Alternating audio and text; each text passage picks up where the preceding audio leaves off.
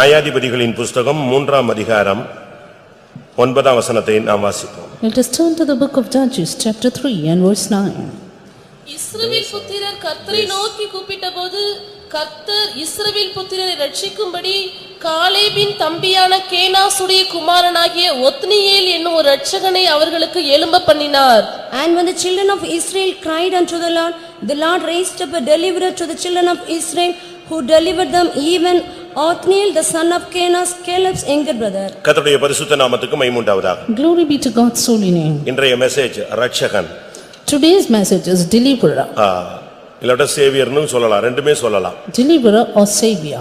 ஒரு தேவனுடைய பிள்ளையை குறித்த தேவனுடைய திட்டத்தை நாம் புரிந்து கொள்ள வேண்டும். We need to understand the purpose of God regarding a child of God. ஒவ்வொருவரையும் பூமியிலிருந்து கர்த்தர் வெளியே கொண்டு வருகிறார். The Lord brings out everyone from the earth. மனுஷரிலிருந்து வெளியே கொண்டு வருகிறார். He separates them from among men. பாவத்திலிருந்து வெளியே கொண்டு வருகிறார். From among sin. விக்கிரகத்திலிருந்து நம்மை வெளியே கொண்டு வருகிறார். He brings us from idols. விபச்சார பாவத்திலிருந்து வெளியே கொண்டு வருகிறார். And from the sin of adultery. சபிக்கப்பட்ட லோகத்திலிருந்து நம்மை கொண்டு வருகிறார். Brings us from the cursed world. பயங்கர சாபத்திலிருந்து நம்மை கொண்டு வருகிறார். And brings us from terrible curse. அக்கிரமத்திலும் அநியாயத்திலும் மரித்து கிடந்த நம்மை கொண்டு வருகிறார். Brings us who are dead in sin and trespasses. பின்மாற்றத்திலும் துரோகத்திலும் கிடந்த நம்மை கொண்டு வருகிறார். Brings us those who are in backsliding and treachery. ஏன் ஒரு மனிதனை தெய்வம் ரட்சிக்கிறார்? Why does the Lord deliver save a அவனை man? கொண்டு தேவன் ஏதாவது ஒன்றை செய்ய விரும்புகிறார். God wants to do something in him. அதை நீங்கள் விளங்கிக் கொள்ள வேண்டியது அவசியம். You need to understand this. நீங்கள் ஒருவேளை வயதிபர்களாக இருக்கலாம், You may be aged ones இல்லாவிட்டால் வாலிபர்களாக இருக்கலாம், or young ones இல்ல பழையவர்களாக இருக்கலாம். or old ones. யாராக இருந்தாலும் சரி, ஒவ்வொருவரை குறித்து தேவனுக்கு ஒரு திட்டம் இருக்கிறது. Whoever it may be, God has a plan regarding everyone. இன்னும் நீ அபிஷேகம் பண்ணப்பட்டு விட்டால், And you being anointed, நீ ஒரு இரட்சகன். you are a savior. இயேசு எப்படி இரட்சகரோ அதுபோல அவரை பின்பற்றுகிற ஒவ்வொருவரும் இரட்சகர்களாக நாம் வாழ்ந்து காட்ட வேண்டும். As Jesus was a savior, we who are his followers need to be saviors or deliverers. இந்த வசனம் சொல்லுகிறது, ஒத்னியேல் என்னும் ஒரு இரட்சகனை கர்த்தர் எழும்ப பண்ணினார். The word of God says the Lord raised up a deliverer or savior called Othniel. அப்போஸ்தலர் 13ஆம் அதிகாரம் 23ஆம் வசனத்தை நாம் பார்க்கும் பொழுது, Acts 13 and verse 23 we see. அவனுடைய சந்ததியிலே தேவன் தமது வாக்குத்தத்தத்தின்படியே இஸ்ரவேலுக்கு இரட்சகராக இயேசுவை எழும்ப பண்ணினார். Of this man's seed hath God, according to his promise, raised unto Israel a savior Jesus. ஒரு இரட்சகனை எழும்ப பண்ணினது போலவே இஸ்ரவேலுக்காக நமக்காக இயேசு என்னும் இரட்சகரை தெய்வம் எழுப்ப பண்ணினார். As the Lord raised up the deliverer on the other day, for us Jesus, he raised up Jesus as savior. நீங்கள் முழு வேதாகமத்தையும் பார்த்தால் अनेक இரட்சகர்களை நீங்கள் பார்க்க முடியும். Going through the whole Bible we can see various saviors. இரட்சகன் என்றால் என்ன அர்த்தம்? What does a savior mean? ரட்சிப்பவன் இல்லாவிட்டால் மீட்டு விடுகிறவன், தூக்கி விடுகிறவன், விடுதலை அளிக்கிறவன் என்று அர்த்தம். Savior or deliverer means one who saves, one who delivers, one who raises up, one who lifts up. இயேசுவை குறித்ததான திட்டம் என்ன? What was the plan regarding Jesus? மத்தேயு 1:21 படி, According to Matthew 1:21, அவர் தம்முடைய ஜனங்களின் பாவங்களை நீக்கி அவர்களை ரட்சிப்பார். for he shall save who save people from their sins. லூக்கா 24:21 படி, According to Luke 24:21, இஸ்ரவேலை மீட்டு ரட்சிக்கிறவர். and he is the one who saves Israel. இயேசு கிறிஸ்து இந்த உலகத்திலே ஒரு இரட்சகராக வந்தார். Jesus Christ came forth as a savior to this earth. பாவிகளை ரட்சிக்க கிறிஸ்து இயேசு உலகத்தில் வந்தார் என்று வேதம் சொல்லுகிறது. Word of God says Christ Jesus came into the world to save sinners. இயேசுவை இரட்சகர் என்று நாம் அறிந்திருக்கிறோம். We know Jesus is a savior. பாவத்திலிருந்து மனிதனை ரட்சிக்கிறவர், Redeems man from sins. வியாதியிலிருந்து மனிதனை ரட்சிக்கிறவர். Redeems him from sickness. ஆனால் இங்கே வேதம் சொல்லுகிறது, And here the word of God Othniel says, என்கிற ஒரு தேவனுடைய மனிதனை அவர் இரட்சகனாக எழும்ப பண்ணினார். the Lord raised up Othniel the man of God as a deliverer. நம்ம எல்லாரும் விசுவாசி ஊழியர்கள். We are all servants of God and ஆனா நம்ம believers. எப்போ இரட்சகர்களாய் மாறுகிறோம்? But when do we become saviors? நம்ம என்ன விசுவாசி நினைக்கிறோம், ஊழியர்கள் நினைக்கிறோம். We think we are servants of God and ஏதோ நம்ம believers. சர்வீஸுக்கு வர்றோம், நமக்கு கல்யாணம் கட்டி வைக்கிறாங்க, செத்தா அடக்கம் பண்றாங்க, ஏதோ நம்மால முடிஞ்ச ஒரு காணிக்கையை கொடுக்கிறோம். ஒரு சந்தாதாரராக நாம் சபையில இருக்கக்கூடியவர்கள் அல்ல. We just attend the meetings, we are not subscribers, just attending it for our death, for our marriages and things like that. அதே போல so is it. கர்த்தர் அழைச்சாரு, நான் வந்தேன்னு வந்து ஊழியத்துல வந்துட்டு ஏதோ சமையல் பண்ணேன், ஏதோ ஒரு பிரசங்கம் பண்ணேன், ஏதோ சாப்பிட்டேன், தூங்குனேன், நானும் ஒரு ஜிப்பா போட்டிருக்கேன், கல்யாணம் கட்டாதவன் அப்படின்னு சொல்றதுல பிரயோஜனம் இல்ல. And it is of no use the servants of God saying, because the Lord called me, I came to the ministry, I just preach, I just eat, drink and sleep. ஆர்சிலையும் கூட கல்யாணம் கட்டாம தான் அண்ணா ஊழியம் தான் செய்றாங்க. Even the RC people are without marriage. இன்னும் கூட நீ மற்ற சபைகளை பாருங்க, அநேகர் கல்யாணம் கட்டாதவங்க இருக்கிறாங்க. And there are various others assemblies, even people who are unmarried. அதனால இது ஒரு பெரிய சாதனைன்னு நம்ம எடுத்துற கூடாது. Therefore being unmarried is not a great achievement. நம்ம ஆளுங்க சொல்லுவாங்க, சிலர் நான் நகையை கழட்டிட்டேன். ஃபாரின்ல எத்தனையோ நாட்டுல நகையை போடுற பழக்கமே கிடையாது. Some of our people say, I have removed the jewels, but there are many people in the world who have not put on jewels. எத்தனையோ நாடுகள்ல அந்த ஜுவல்ஸ் போடுற பழக்கமே கிடையாது. அவங்க இங்க வந்து இவன் போடுற இந்த ஊசி பாசி எல்லாம் போட்டு அவனும் போட்டு பார்க்கறான். In many countries, they do not have the habit or custom of wearing ornaments, but seeing us, they do it. எப்படிடா காதுல ஓட்ட போட்டுருக்கான்ட்டு அவன் ஆச்சரியப்படுறான். They are surprised how they put a hole in the ear. ஏன்னா பைபிள்ல வந்து காதுல ஓட்ட போட்டா அடிமைன்னு தான் பைபிள் சொல்லுது. Because the word of God says, if they bore through the ear, they are a slave. ஒருவன் ஒருவனுக்கு அடிமையானால், And if one is a slave to you, அவனை வாங்கி கொண்டு போய் வீட்ல நிப்பாட்டி கதவு கீழோட சேர்த்து வச்சு ஒரு அழுத்திடுவான். ஃபர்ஸ்ட் பிரஸிங் அதான் இவன் வந்து இவனுக்கு அடிமை. let him be placed near the door and let his ear be bored, and that is the first sign. ஆனால் நாம் ஒரு ஊழியர்கள் அல்ல, நாம் ஒரு விசுவாசிகள் மாத்திரம் அல்ல, நாம் ஒரு இரட்சகர்கள் என்பதை நாம் விளங்கிக் கொள்ள வேண்டும். We are not just servants of God and believers, but understand that we are deliverers or saviors. அப்படியானால் அபிஷேகம் இருக்க வேண்டும். Therefore then we need the anointing. அதனால தான் அந்த நியாயாதிபதிகள் 3:10 சொல்லுகிறது. That is why Judges 3:10 says, அவன் மேல் கர்த்தருடைய ஆவி வந்திருந்தது. the spirit of the Lord came upon him. எப்போ ஒரு ஊழியக்காரனோ விசுவாசியோ ஒரு புதிய அபிஷேகம் பெறானோ அவனை கொண்டு ஒரு ரட்சிப்பின் வேலையை தெய்வம் செய்ய விரும்புகிறார். The time a servant of God, a believer receives a new anointing, the Lord wants to do a work of saving through him. உங்க மூலமா எத்தனை பேர் ரட்சிக்கப்பட்டிருப்பாங்க? How many would have been saved through you? உங்க மூலமா ஒரு ஆத்துமா? At least one soul? ஒரு 10 பேர்? 10 souls? ஒரு 20 பேர்? 20? நீங்க யோசிச்சு பாருங்க, உங்க மூலமா இந்த சபையிலே அப்படின்னு வேண்டாம், எங்கேயோ ஒரு ஆளு இயேசுவை ஏற்றுக்கொண்டு ரட்சிக்கப்பட்டு ஏதோ ஒரு சபையில அங்கத்தினரா இருக்கிறான் அப்படிங்கிற ஒரு நிச்சயம் உங்களுக்கு இருக்கா? Do you have the assurance that through you at least some people are saved, though they are not in this church, at least somewhere else? இல்ல நான் முறைச்சு பார்த்ததுல அவன் சபையை விட்டே போயிட்டான், நான் வந்து இடிச்சுக்கிட்டு உட்கார்ந்ததுல அவன் ஓடியே போயிட்டா, எப்படி என்ன சொல்ல போறீங்க? But what do you say? Because I stared, they have left the church, or because I sat and pushed them, they left me? ஓ மூலமா ஜனங்களை ரட்சிக்கப்பட்டிருக்கிறார்களா? Are people saved through you? ஓ மூலமா எத்தனை பேர் கிறிஸ்துவை ஏற்றுக்கொண்டிருக்கிறார்கள்? How many have accepted Christ through you? நீ ஒரு இரட்சகன். You are a savior. அபிஷேகம் பெற்ற ஒவ்வொருவரும் விசுவாசி, சாதாரண ஊழியன் அல்ல. Every anointed believer and servant of God are not ordinary ones. ஒவ்வொருவரையும் தெய்வம் இரட்சகர்களாக ஏற்படுத்தி வைத்திருக்கிறார். God has appointed everyone as saviors. இந்த உலகம் பாவத்தில் கிடக்கிறது. The world is in sin. Madurai விக்கிரகத்தில் சிக்கி இருக்கிறது. Madurai is entangled in idolatry. இத்தனை ஒரு இரட்சகர் முழு உலகத்தை ரட்சித்தார்.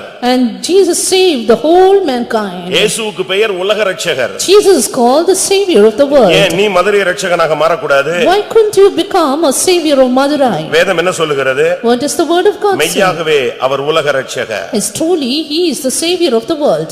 யோவான் 4:42 John the Gospel chapter 4 and verse 42. அந்த ஸ்திரீயை நோக்கி, உன் சொல்லி நிமித்தம் அல்ல, அவருடைய உபதேசத்தை நாங்களே கேட்டு அவர் மெய்யாய் கிறிஸ்துவாகிய உலக இரட்சகர் என்று அறிந்து விசுவாசிக்கிறோம் என்றார்கள். And said unto the woman, now we believe not because of thy saying, for we have heard him ourselves and know that this is indeed the Christ, the Savior of the world. மெய்யாய் கிறிஸ்துவாகிய உலக இரட்சகர். This is indeed the Christ, the Savior of the world. நன்றாக நீங்கள் புரிந்து கொள்ளுங்க, பரலோகம் போணும்னா நீ ஒரு இரட்சகனாய் நான் ஒரு இரட்சகனாய் மாறி இருக்க வேண்டும். Understand, for you and me to go to heaven, we need to become saviors. பரலோகத்தில் நீ போகும் பொழுது உன்னை ஏற்றுக்கொள்வார் உண்டாகும்படி நீங்கள் அழிந்து போகிற உலகப் பொருளினாலே ஆத்துமாக்களை சம்பாதியுங்கள், சிநேகிதரை சம்பாதியுங்கள். You earn friends because of the mammon of unrighteousness, that you may have entry into the kingdom of heaven. உன்னுடைய கற்புள்ள நடக்கையை பார்த்து குடும்பம் ரட்சிக்கப்படணும். That families may be saved through your chaste walk. உன்னை காண்பவன் இயேசுவை காண வேண்டும். That he that will see you may see Christ. உன்னுடைய prayer அநேகரை விடுவிக்க வேண்டும். That your prayer may deliver many. உன்னுடைய விசுவாசம் அநேகரை இழுக்க வேண்டும். That your faith may be known to many. உன்னுடைய பிரதிஷ்டை அநேகருக்கு முன்மாதிரியாக இருக்க வேண்டும். That your consecration may be an example to many. உன்னுடைய தெய்வீகம் ஒரு சமுதாயத்தை இழுக்க வேண்டும். That your divinity may draw the society. இன்றைக்கு எத்தனை பேர் அப்படி ஒரு இரட்சகர்களாக மாறுகிறோம்? How many become such saviors? இரட்சகன்னா கோட் ஷூட் போட்டவன் தான் இரட்சகன் நினைக்க கூடாது, இல்ல ஜிப்பா போட்டவன்லாம் இரட்சகன் நினைக்க கூடாது. Saviors doesn't mean they are the one who have put on coat, suit and jubba. இயேசு இரட்சகராக மாற பரலோகத்தில் பிதாவுக்கு சமமாய் இருப்பதை கொள்ளையாடின பொருளாய் எண்ணாமல் இறங்கி வந்தார். அவர்தான் இரட்சகர். Jesus took on the form of man and thought it not robbery to be equal with God and came down to earth. He is the savior. பிலிப்பியர் 2 அதிகாரம் 6, 7, 8 இந்த வசனங்களை நீங்கள் பார்க்கும் பொழுது இரட்சகராய் மாற இயேசு என்ன செய்தார்? Philippians 2:6-8. What did Jesus do to become a savior? அடிமையின் ரூபம் எடுத்தார். Took the form of a servant. மனித சாயலானார். He took the form of a man. கீழ்ப்படிந்தார். And he was obedient. அதாவது சிலுவையின் மரண பரியந்தம் தன்னை தாழ்த்தி கீழ்ப்படிந்தார். Obedient even unto the death of the cross. அந்த அவர் இரட்சகராய் மாற இந்த பாதையானால் நாம் இரட்சகராய் மாற நமக்கு எந்த பாதைகள்? If this is the path for him to become a savior, what not for us? நீங்க நினைக்கிறீங்க ஒரே ஒரு இரட்சகர் தான்? You think there is only one savior? இல்ல, அவர் போன பிறகு நம்மை இரட்சகர்களாக வைத்திருக்கிறார். No, after that he has left, he has kept us as the savior. நீங்க எத்தனை பேர் இந்த சபைக்குள்ள கொண்டு வந்திருப்பீங்க? How many have you brought to the church? எத்தனை பேருக்கு கிறிஸ்துவை நீங்க வெளிப்படுத்தி இருப்பீங்க? How many have you revealed to Christ? எத்தனை பேரை நீங்க தெய்வத்தினுடைய பக்கமா திருப்பி இருப்பீங்க? How many have you drawn toward Christ? ரட்சிப்பின் வேலையை நீ எவ்வளவு செய்திருக்கிறாய்? How much have you done the work of salvation? தேவன் உன்னை ஒரு விசுவாசியா வைக்கிறதுக்கு இந்த சபையில கொண்டு வரல, உன்னை இரட்சகனாய் வைக்கிறதுக்கு தான் இந்த சபையில கொண்டு வந்தார். God did not bring you to this church to make you just as a believer, but as a deliverer. அப்படி விசுவாசிக்கிறவங்க கையை உயர்த்தி ஒரு அல்லேலூயா சொல்லுங்க பார்க்கலாம். அந்த ஒரு இயேசு இரட்சகர் முழு உலகத்தை இழுத்தார்னா இவ்வளவு இரட்சகர்கள் மதுரை இழுக்க முடியாதா? If that savior Jesus could save the whole world, why not you for this Madurai? நாம நம்ம ரட்சிக்கிறதுக்கு யாராவது வருவாங்களான்னு பாத்துக்கிட்டு இருக்கோம். But we today are expecting others to save us. நாம கீழ விழுந்துக்கிட்டு We fall நம்மள யாராவது தூக்கி விடுவாங்களா? and we want others to lift us up. தவறு. It's wrong. உன்னையவே தூக்கி விடத்தான் கர்த்தர் அபிஷேகம் பண்ணி வச்சிருக்கிறார். God has kept you that you may lift up. உன் மேல இருக்கிற அபிஷேகம், உன் தோளில் இருக்கிற அபிஷேகம் இரட்சகனுடைய அபிஷேகம். The anointing upon you, upon your shoulder is the anointing of a savior. இரட்சகன் சும்மா இருக்க முடியாது. Saviors cannot sit silent. ஒரு காலத்துல மௌனமா இருந்திருப்பான். Once were silent. இந்த இரட்சகனுடைய அபிஷேகம் வந்துட்டா அவன் எழும்பிடுவான். But once the anointing comes in, they will rise up. நீங்கள் அந்த நியாயாதிபதிகளின் புத்தகத்தை பார்க்கும் பொழுது Turning to the book of Judges. ஏறக்குறைய 8 வருஷம் அவர்கள் அடிமைகளாக இருந்தார்கள். Almost 8 years they were slaves. இந்த 8 வருஷ அடிமைத்தனத்தின் மத்தியில தான் அந்த ஒத்னியேலும் இருந்தான். And Othniel was also in that slavery for 8 ஒரு நாள் years. கர்த்தர் அவனை அபிஷேகித்தார். One day the Lord anointed him. அவனுக்குள்ள இரட்சகனுடைய அபிஷேகம் வந்து விட்டது. He got the anointing of a deliverer. அதுக்கு பிறகு அவன் குடும்பம், கோத்திரம், பிள்ளைகள், சொத்து, சுகம் இதெல்லாம் அவனுடைய மைண்ட்ல வரல. ஜனத்தை ரட்சிக்கணும். Then after that he was never mindful of his own tribe or people or comforts, but only to save the people of God. இந்த இரட்சகனுடைய ஊழியத்தினுடைய ஒரு பகுதி ஜெபம். One aspect of this part of the savior is prayer. யாக்கோபு 5 அதிகாரம் 15 வசனத்தை பார்க்கும் பொழுது James 5:15 we see. அப்பொழுது விசுவாசமுள்ள ஜெபம் பிணியாளியை ரட்சிக்கும், கர்த்தர் அவனை எழுப்புவார். And the prayer of faith shall save the sick, and the Lord shall raise him up. விசுவாசமுள்ள ஜெபம் ஒருவனை ரட்சிக்கும். The prayer of faith shall save the sick. ஒரு இரட்சகன்னு சொன்னா அவனுக்கு ஒரு பிரேயர் லைஃப் தேவை. If a savior, then a prayer life. ஒரு விசுவாசியே ஜெபிக்கணும். அப்ப இரட்சகன் எவ்வளவு அதிகமாக ஜெபிக்க வேண்டும்? If simple believers should pray much, how much more the savior? உங்களுடைய பிரேயர் லைஃப் எப்படி இருக்குன்னு நீங்க பாருங்களேன். How is your prayer life? உங்களுடைய பிரேயர் லைஃப் நீங்க மெயின்டைன் பண்றீங்களா? And do you maintain your life? இல்ல டெவலப் பண்றீங்களா? Or do you develop it? நீங்க யோசிச்சு பாருங்க. Just think about it. ஒரு காலத்துல நீங்க பாத்தீங்கன்னு சொன்னா இந்த ஏரோப்ளேனை கண்டுபிடிக்கிறதுக்கு ரைட் சகோதரர்கள் படாத பாடுபட்டாங்க. At one time the Wright brothers had a terrible strive to make the aeroplane. 10-20 அடி பறக்கிறதுக்கு அது படாத பாடுபட்டுச்சு அந்த flight. To invent the plane to fly at least 15 or 20 feet, they were striving hard. ஒரு 4-5 ஆங்கிள் தான் அதுல இருந்துச்சு. And it was only this 4 or 5 angles. இன்னைக்கு அப்படியே இருக்கு. But today is it that way? அடுத்து டெவலப் பண்ணி கண்டுபிடிச்சு இன்னைக்கு ஒளியினுடைய அதாவது சத்தம், நான் பேசுற சத்தத்தை அந்த ரோட்ல கேட்கும். அதை விட ஃபாஸ்ட்ல இப்ப ஃளைட் போகுது. The researchers are so high that today flights fly in greater speed than my echo. கங்காடு ஃளைட்ங்கிறதுலாம் அது ஒலியினுடைய வேகத்தை சவுண்டை விட வேகம் கூடுனது. It's very faster than the waves of sound. இன்னைக்கு எப்படி இப்போ நம்முடைய ஆவிக்குரிய வளர்ச்சி எப்படி இருக்கிறது? How is your spiritual growth today? ஆரம்பத்துல நம்ம என்ன ஆத்துமாவை போட்டவங்களா இருக்கலாம்.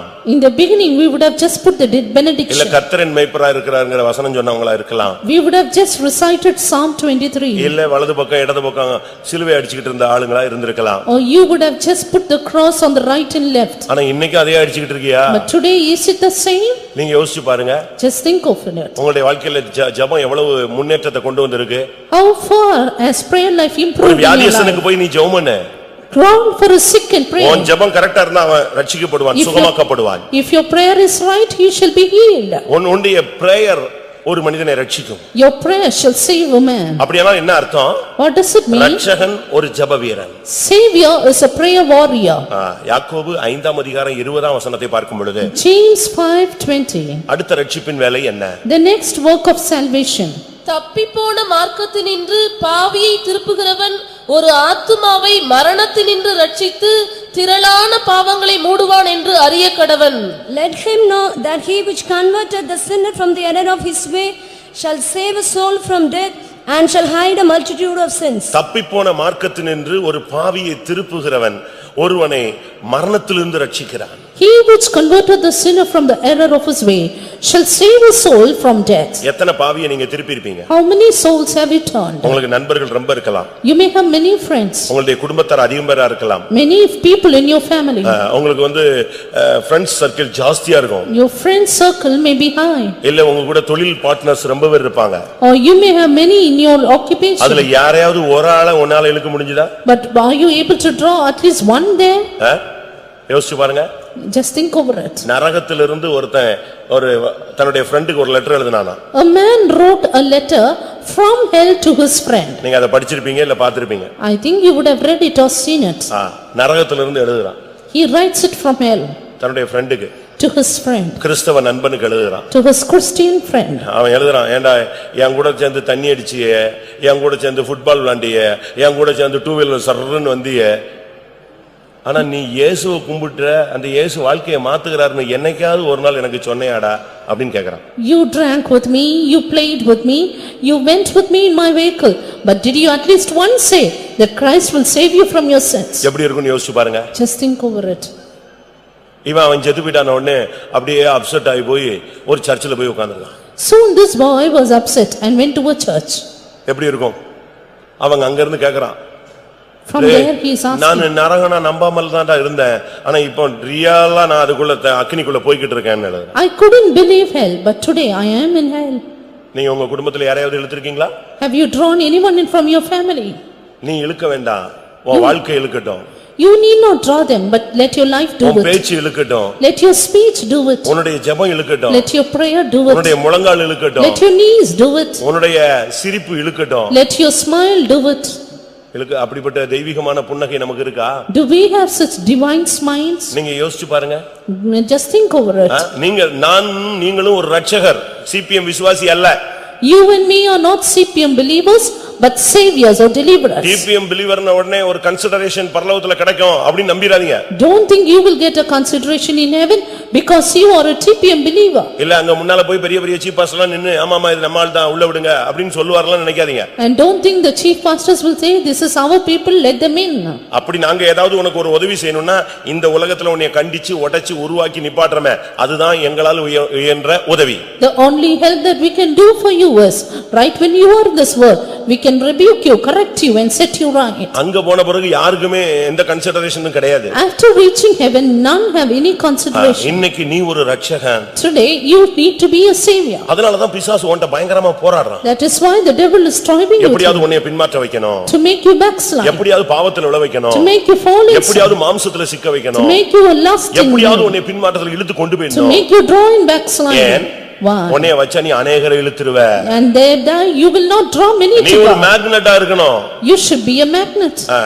நீ உன்னைய உன் மூலமா அநேகர தேவன் தன்னுடைய பக்கத்துல இழுக்க விரும்புகிறார். And God wants to draw many to his side through you. உன்னை ஒரு கருவியாக தெய்வம் கரத்தில் எடுக்க விரும்புகிறார். God wants to take you in his hand as an எப்படி பிதா instrument. தன்னுடைய குமாரனை இரட்சகராக எழும்ப பண்ணினாரோ அதே போல பரிசுத்த ஆவியானவர் உன்னையும் என்னையும் ஒரு இரட்சகனாக எழும்ப பண்ணுகிறார். As the Father raised up his Son as a savior, the Lord wants to make us saviors for him. நியாயாதிபதிகள் 2ஆம் அதிகாரம் Turning to Judges chapter 2, 16ஆம் வசனம். verse 16. கர்த்தர் நியாயாதிபதிகளை எழும்ப பண்ணினார், அவர்கள் கொள்ளையிடுகிறவர்களின் கைக்கு அவர்களை நீங்களாக்கி ரட்சித்தார்கள். Nevertheless, the Lord raised up judges which delivered them out of the hand of those that spoiled them. ஆத்துமாக்களை பிசாசு கொள்ளையடிக்கிறான். The devil is spoiling the souls. திருடன் திருடவும் கொல்லவும் அழிக்கவும் வருகிறான். The thief cometh not but to steal and to kill and to destroy. யோவான் 10ஆம் அதிகாரத்தில் நாம் பார்க்கும் பொழுது When we see in John the Gospel chapter பிசாசுக்கு 10, ஒரு பெயர் இருக்கிறது. the devil has a name. 10:1. 10:1. அவன் கொள்ளைக்காரன். He is a spoiler. மெய்யாகவே மெய்யாகவே நான் உங்களுக்கு சொல்லுகிறேன், ஆட்டு தொழுவத்துக்குள் வாசல் வழியாய் பிரவேசியாமல் வேறு வழியாய் ஏறுகிறவன் கள்ளனும் கொள்ளைக்காரனுமாயிருக்கிறான். Verily, verily, I say unto you, he that entereth not by the door into the sheepfold, but climbeth up some other way, the same is a thief and a robber. யோவான் 10:8. John 10:8. All that ever came before me are thieves and robbers, but the sheep did not hear them. எனக்கு முன்னே வந்தவர்கள் எல்லாரும் கள்ளரும் கொள்ளைக்காரருமாயிருக்கிறார்கள், ஆடுகள் அவர்களுக்கு செவி கொடுக்கவில்லை. இதிலிருந்து நாம் பார்க்கும் பொழுது இந்த கொள்ளைக்காரர்கள் என்கிற ஒரு கூட்டம் தேவனுடைய ஜனத்தை இழுத்துக்கொள்கிறது, இல்லாவிட்டால் அவர்களுடையதை எடுத்துக்கொள்கிறது. There is a group of robbers who draw the people of God or spoil the souls belonging to them. உன்னுடைய கிருபையை எடுத்துருவான். And it will take your grace. உன்னுடைய அபிஷேகத்தை எடுக்கிறதுக்கு ட்ரை பண்ணுவான். Spoil your உன்னுடைய anointing பிரேயர் லைஃபை கொள்ளையடிக்கிறதுக்கு ட்ரை பண்ணுவான். and spoil your prayer life. இரவு நேரத்துல விழித்திருந்து போராடுகிறாய், அந்த விழிப்பின் ஆவியவே எடுத்துருவான். Rob your spirit of watching in the night. சாந்தமாக மனத்தாழ்மையாக அமைதியாக பதில் சொல்லுகிறாயே, அந்த தெய்வீக சுபாவத்தை ஒன்றிருந்து கொள்ளையடிச்சு உன்னை ஷார்ட் டெம்பர் ஆக்கி விட்டுருவான். Rob your divine nature of meekness and make you short-tempered. அப்ப இதுல இருந்து என்ன விளங்கிக் கொள்றோம்? From this what do we understand? ஒரு ரட்சகன் என்று சொன்னால் ஜெபிக்கிறவனாக இருக்கணும். If a savior, then he is a prayer ஒரு warrior. ரட்சகன் என்று சொன்னால் பாவியை திருப்புகிறவனாக இருக்கணும். If a savior should convert the ஒரு sinners. ரட்சகன் என்று சொன்னால் கொள்ளைக்காரனிலிருந்து ஜனங்களை மீட்கணும். If a savior, then deliver the people from spoiler. நீங்க எத்தனை பேர் இன்றைக்கு மற்றவர்களுக்காக உதவி செய்கிறோம்? How many of you help others in this way? நெகேமியா 9ஆம் அதிகாரம் 27ஆம் வசனத்தை பார்க்கும் பொழுது Turning to Nehemiah chapter 9 and verse 27. அங்கே சொல்லப்பட்டிருக்கிறது, சத்துருக்களின் கைகளுக்கு நீங்களாக்கி அவர்கள் ரட்சித்தார்கள். They delivered them from the hand of the enemies, we read. இன்னைக்கு பயங்கரமான போராட்டத்துல ஜனங்கள் போறாங்க. Today people are going through terrible struggle. யாருக்காவது மற்றவங்களுக்காக நீங்க போய் ஜெபிக்கிறீங்களா? Do any one of you pray for others? நம்ம சபையில யாராவது ஒரு விசுவாசி சோமலன்னா போய் யாராவது உபவாசம் போட்டு ஜெபிக்கிறோமா? If any believer of our church is sick, do you fast and pray for them? இல்ல ஜஸ்ட் போய் அவங்கள போய் விசாரிக்கிறோமா? Or just at least you visit and inquire? செத்தா கூட நீ போக மாட்டியா, திருப்பி எப்படி நீ நல்லா இருக்கும்போது போவ? Even if they die, they won't go, you won't go. நான் இப்ப சமீபத்துல 2-3 அடக்கத்தை பார்த்தேன். ஒரு 10 பேர் கூட நம்ம விசுவாசிகள் இல்ல. Recently I saw 2 or 3 funeral service, even 10 believers were not there. நான் அடிக்கடி சொல்றது உண்டு, நீ செத்தா ஒருத்தனும் வர மாட்டான்டாப்பா. Very often I used to say, then when you die, no one will come. நீ போனாதானே அவன் வருவான். Only if you go for others, others will come. ஆனா மேரேஜ்ல நான் பாத்துர்க்கேன், அட்டேங்கப்பா குடும்ப சகிதமா தான் உள்ள வர்றான் எல்லாரும். But for the wedding, they come with their whole family. ஏன்? Why? சாவுக்கும் போ. Go for the death also. வேதவசனம் என்ன சொல்லுகிறது? விருந்து வீட்டுக்கு போவதை பார்க்கிலும் துக்க வீட்டுக்கு போவது நலம். அங்கே எல்லா மனிதனுடைய நிலவரமும் என்ன செய்யப்படும்? சிந்திக்கப்படும். Word of God says, it is better to go to the house of mourning than to the house of feasting, for there shall all the end of men be declared. நான் டெத்ல அதிகமா விசாரிச்சு கேக்குறதுன்னா சாட்சி தான். Very often in the death, I much inquire about the அங்கதான் அவங்க testimony. Life அழகா வெளியே கொண்டு வரும். Because it is then their life is brought நம்ம out. பார்த்தது வேற ஆளா இருக்கும், அவங்க சொல்றது வேற ஆளா இருக்கும். We may see him as one person, but they are pictured as another. அவங்களை எப்படி ரட்சித்தாரு, அவங்களை எப்படி இழுத்தாருங்கறதெல்லாம் அன்னைக்கு சொல்லும்போது ஆச்சரியமா இருக்கும். And there about their salvation, about their conversion, it is really surprising. நான் போற இடத்துல எல்லாம் சாட்சியில அவங்க பையன் சொல்லணும், இல்ல புருஷன் சொல்லணும், இல்ல மனைவி சொல்லணும். And அங்க உட்கார்ந்து அழுதுகிட்டுலாம் இருக்கறதுல சொல்லணும், என் புருஷன் தெய்வீகமானவர்னு சொல்லணும். And I believe in the testimonies, the wife or the husband or the children should testify and not keep crying. எத்தனை பேரை நீங்க சத்துருக்களின் கையில இருந்து தப்புவிச்சிருப்பீங்க? How many of you have delivered others from the hand of the பிசாசின் enemies? பிடியில பாதிக்கப்பட்ட குடும்பங்கள் உண்டு. அதுக்காக நீங்க எத்தனை பேர் ஜெபிச்சிருப்பீங்க? There are families in the clutches of the devil, and how many have prayed for them? ஏசாயா 19:20 பார்க்கும் பொழுது Isaiah 19 and verse 20. 19 அதிகாரம் 20 வசனம். அது எகிப்து தேசத்திலே சேனைகளின் கர்த்தருக்கு அடையாளமும் சாட்சியுமாயிருக்கும். ஒடுக்குகிறவர்களின் நிமித்தம் அவர்கள் கர்த்தரை நோக்கி கூப்பிடுவார்கள். அப்பொழுது அவர்களுக்கு ஒரு இரட்சகனையும் ஒரு பெலவானையும் அனுப்பி அவர்களை விடுவிப்பார். And it shall be for a sign and for a witness unto the Lord of hosts in the land of Egypt. For they shall cry unto the Lord because of the oppressors, and he shall send them a savior and a great one, and he shall deliver them. ஒரு இரட்சகனை ஒரு பெலவானை அனுப்பி அவர்களை விடுவிப்பார். He shall send them a savior and a great one and save them. ஒரு அடக்காரனில நான் போனபோது I went for a funeral service. அந்த அம்மா சாட்சி சொன்னாங்க. அவங்க புருஷன் இறந்துட்டாரு, நான் தான் அடக்கம் பண்றேன். அந்த அம்மாவுக்கு மைக் கொடுத்தாச்சு. The husband was dead and the mother was given the mic to testify. அவங்க அந்த ரட்சிப்பை பத்தி பேசினாங்க. She spoke about his salvation. எங்க வீட்டுக்கு எதிர்த்த வீட்ல ஒரு சிபிஎம் விசுவாசி இருந்தாங்க. There were TPM believers opposite my house. அவங்க வீட்டுக்கு அடிக்கடி ஊழியக்காரங்க விசிட்டிங் வருவாங்க. Very often servants of God come for a visiting. அதுபோல ஒரு நாள் எங்க வீட்டுக்கு அந்த ஒரு நாள் காலையில அந்த ஊழியக்காரர் வந்து எங்க வீட்டு கதவை தட்டிட்டாரு. One day morning the servant of God came and knocked our door. இவங்க எந்திரிச்சு போனாங்களா? And she went. உங்க விசுவாசி வீடு அதுன்னு சொன்னாங்க. And your believers are there, I said. அவர் சொன்னாரா, நான் அவங்கள பார்க்க வரல, உங்களை தான் பார்க்க வந்தேன். But the servant of God said, not them, I want to see you. என்னன்னு கேட்டாங்க. What? உங்க வீட்டுக்காரர் சீரியஸா இருக்குன்னு ஆண்டவர் சொன்னாரு, அதுக்கு தான் வந்தேன். The Lord said, your husband is serious, therefore I came here. அப்படியே அந்த குடும்பம் உண்மையாவே இவங்க வீட்டுக்காரர் இங்க சீரியஸா இருக்காரு, வீட்டுக்குள்ள படுத்து கிடக்குறாரு, இவங்க நைட் எல்லாம் உட்கார்ந்து அழுதுகிட்டு இருக்காங்க. Yes, that was a fact, and the family was crying because of his serious illness. ஜனங்களை சத்துருவின் கையில இருந்து ஒடுக்குகிறவனுடைய கையில இருந்து நீங்கள் ரட்சிக்க வேண்டும். You have to save the people from the hand of the oppressors. இன்னைக்கு மனித சமுதாயம் எவ்வளவு கஷ்டத்துல இருக்கு தெரியுமா? Today the mankind is in severe terrible difficulty. சிறைச்சாலை ஊழியங்கள் இருந்தது. There were prison ministries. Hospital ministry இருந்தது. There were hospital ministries. School ministries இருந்தது. There were school ministries. Village ministries இருந்துச்சு. Village ministries. இப்போ எந்த மினிஸ்ட்ரி எல்லாம் எங்கிட்டு போச்சுனே தெரியல. But where disappeared all these ministries? சிறைச்சாலை ஊழியங்கள் எல்லாம் अनेகரை சந்திக்கப்பட்டு இப்போ கவர்மெண்ட்ல அதுக்கு அதிகமா பெர்மிஷன் தரது இல்ல. And nowadays the government doesn't permit much for the jail ministries. நானே சென்னை சென்ட்ரல் ஜெயில்ல சாட்சி சொல்லிருக்கேன். I myself have testified in the central prison. நானே சாட்சி சொல்லிருக்கேன். I myself have done it. நம்ம சபை சார்புல ஒரு நாள் ஒரு மீட்டிங் வைப்பாங்க. One day we will have a meeting on the base of a church. எனக்கு முன்னால ஆயுள் கைதி ஒருத்தர் சாட்சி சொல்றான். There was a life sentence person who testified before me. அவன் ஒருத்தனை கொலை பண்ணிட்டு வந்தவன். He murdered a person. வாரம் போய் நம்ம ஆளுங்க சுவிசேஷம் சொல்லி அவன் ரட்சிக்கப்பட்டிருக்கான். Our people told the gospel and he was saved. அவன் ஆயுள் கைதியாக தண்டனை கைதியாக இருக்கான். Life sentence person he was, but he got saved. 14 வருஷம் உள்ள இருக்கான். 14 years in the jail. ஆனா உள்ள ரட்சிக்கப்பட்டான். But then saved there. அபிஷேகம் பெற்றான். Got anointing. அவன் அந்த சிறையில இருக்கிற கைதிகள் மத்தியில சாட்சியா இருக்கான். He was a testimony among the prisoners there. எனக்கு முன்னால அவன் சாட்சி time. And he had the time of testimony. அந்த ஆயுள் கைதிகளுக்குனா நம்பர் கொடுத்திருப்பாங்க. அவங்களுக்கு தனி யூனிஃபார்ம் இருக்கும். அவன் திடீர்னு ஏறனவனே எனக்கு ஒண்ணுமே புரியல. இவனே எழுப்புறாங்கன்னு. அவன் அருமையான சாட்சி. நான் ஒருத்தனை கொலை பண்ணிட்டு தான் வந்தேன். ஒத்துக்கிட்டேன். எனக்கு 14 வருஷம் கொடுத்தாங்க. இப்போ நீங்க எல்லாரும் பார்க்கிற மாதிரி என்னை இயேசு ரட்சிச்சிருக்கிறார். என்னை மாத்தி இருக்கிறார். சொல்றான். அவங்க எல்லாரும் ஆமா உண்மைதான். இவன் சபை ஜெயிலிலேயே சாட்சியா இருக்கிறான். You know the life sentence prisoners have their own uniform. When he was up to the pulpit I marveled. But then he told a beautiful testimony as to how Jesus saved him. And after that he accepted his sins. நீங்க எத்தனை பேர் ரட்சிச்சிருப்பீங்க? Yes, how many have you saved? ஒடுக்கப்பட்ட எத்தனை பேரை நீங்க சத்தியத்துல கொண்டு வந்திருப்பீங்க? How many oppressed ones have you brought to சத்துருவின் the பிடியில truth? இருந்து எத்தனை பேரை நீங்க சபைக்குள்ள கொண்டு வந்திருப்பீங்க? Those who were in the hand of the enemies, how many did you bring them? கொள்ளைக்காரனுடைய கையில இருந்து எத்தனை ஆத்துமாக்களை நீங்க விடுவிச்சு கொண்டு வந்திருப்பீங்க? How many souls did you save from the hand of robbers? பலவானை முந்தி கட்ட வேண்டும் என்று வேதம் சொல்லுகிறது. The word of God says first bind that strong. எத்தனை பாவியை நீங்க திருப்பி இருப்பீங்க? How many sinners have you turned? எத்தனை பேரை ஜெபிச்சு சுகமாக்கி இயேசுவை அறிய வைத்திருப்பீங்க? How many have you healed by your prayer and made them know Jesus? ஒரு சகோதரனை சந்திச்சேன். I visited a brother. அவங்க பையன் போன வருஷம் இங்க இருந்து ஊழியத்துக்கு போனான். And his son went for the ministry from here last year. Madurai லோக்கல்ல இருந்து போனான். from Madurai local. அவர் ஒரு ஊழியம் செய்றாரு. He was doing a ministry.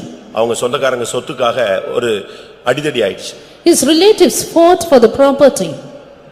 அதனால தப்பி போயிட்டாங்க. பட் அந்த அம்மா கோமா ஸ்டேஜ்ல போய் கொஞ்சம் தெளிவு கிடைச்சது. They escaped, but the mother, she came out from a coma stage. 4 வருஷம் சென்னையில ஜிஹெச்ல இருந்தாங்க. 4 years in GH in Chennai. அவங்களால எழும்பி உட்கார முடியாது. She rose up and sat. இந்த பையன் தான் எல்லாம், இவர்தான் இப்ப பாஸ்டரா இருக்காரு, அவர்தான் பார்க்கணும். It is this son who was looking after her. 4 வருஷம் அப்படியே படுத்த படுக்கையாவே கிடந்த ஒரு தாய். 4 years entirely bedridden. அன்னைக்கு காலையில 2 சிஸ்டர்ஸ் யாரோ எந்த சபையோ 2 பேர் வந்து அவங்களுக்கு சுவிசேஷம் சொல்லி ஒரு பிரேயர் பண்ணிட்டு போயிருக்காங்க. That morning 2 sisters from some other church, they came and prayed and told them gospel. அவங்க வந்தவங்க யாருன்னு அவருக்கு தெரியல. She did not know who they were. அதுக்கு பிறகு இவர் சாப்பாடோ ஏதோ வாங்க வெளியே போயிட்டாரு. After that, this son went out in order to get the food. அவங்க இயேசுவை சொன்னாங்க, ஒரு பிரேயர் பண்ணாங்க, ஒரு நோட்டீஸ் கொடுத்தாங்க, போயிட்டாங்க. They declared Jesus, offered a prayer, gave them the tract and went away. இந்த அம்மா படுத்தே கிடந்துச்சு. This mother was lying down. இவர் போய் வெளியே ஏதோ சாப்பாடு ஆகாரம் வாங்க போயிட்டு வரும்போது, And this boy, after he returned getting the meals, கட்டில அம்மாவை காணோம். and he did not see his mother. பயந்துட்டாங்க. He was 4 afraid. வருஷமா படுக்கையில தான் எல்லாமே போய்கிட்டு இருக்கு. இப்ப திடீர்னு பார்த்தா படுக்கையில யாரை காணோம்? அம்மாவை காணோம். Bedridden for 4 years, now suddenly she has disappeared. யாரும் இவங்களை கவனிக்கவும் இல்ல. And nobody looked after her பக்கத்து also. பெட்ல எல்லாம் போய் கேட்டா எங்க அம்மான்னு. அவங்க ஆமா தம்பி படுத்தானே இருந்தாங்க, என்ன ஆச்சு தெரியல. இவனுக்கு பயம் என்னதோ நடந்து போச்சு. கடைசில பார்த்தா அவங்க அந்த வராண்டால கம்பியை பிடிச்சு நடந்து போய்கிட்டு இருக்காங்க. He went all around searching for her, but finally he found her going through the veranda. இவன் ஓடி போய் கட்டி பிடிச்சாரு. He went and hugged her. இல்லப்பா இயேசு என்னைய சுகமாக்கிட்டார். And she said, Jesus, heal me. எப்படி இருக்கும்? How would it be? 4 வருஷமா அப்படியே அடிபட்டு நொறுங்கி போய் கிடந்த அந்த சரீரத்துல அந்த ஒரு ஜெபமும் அந்த ஒரு சுவிசேஷமும் அவங்களை எழுப்பிடுச்சு. Body which was bedridden for 4 years, but that prayer and the gospel quickened her.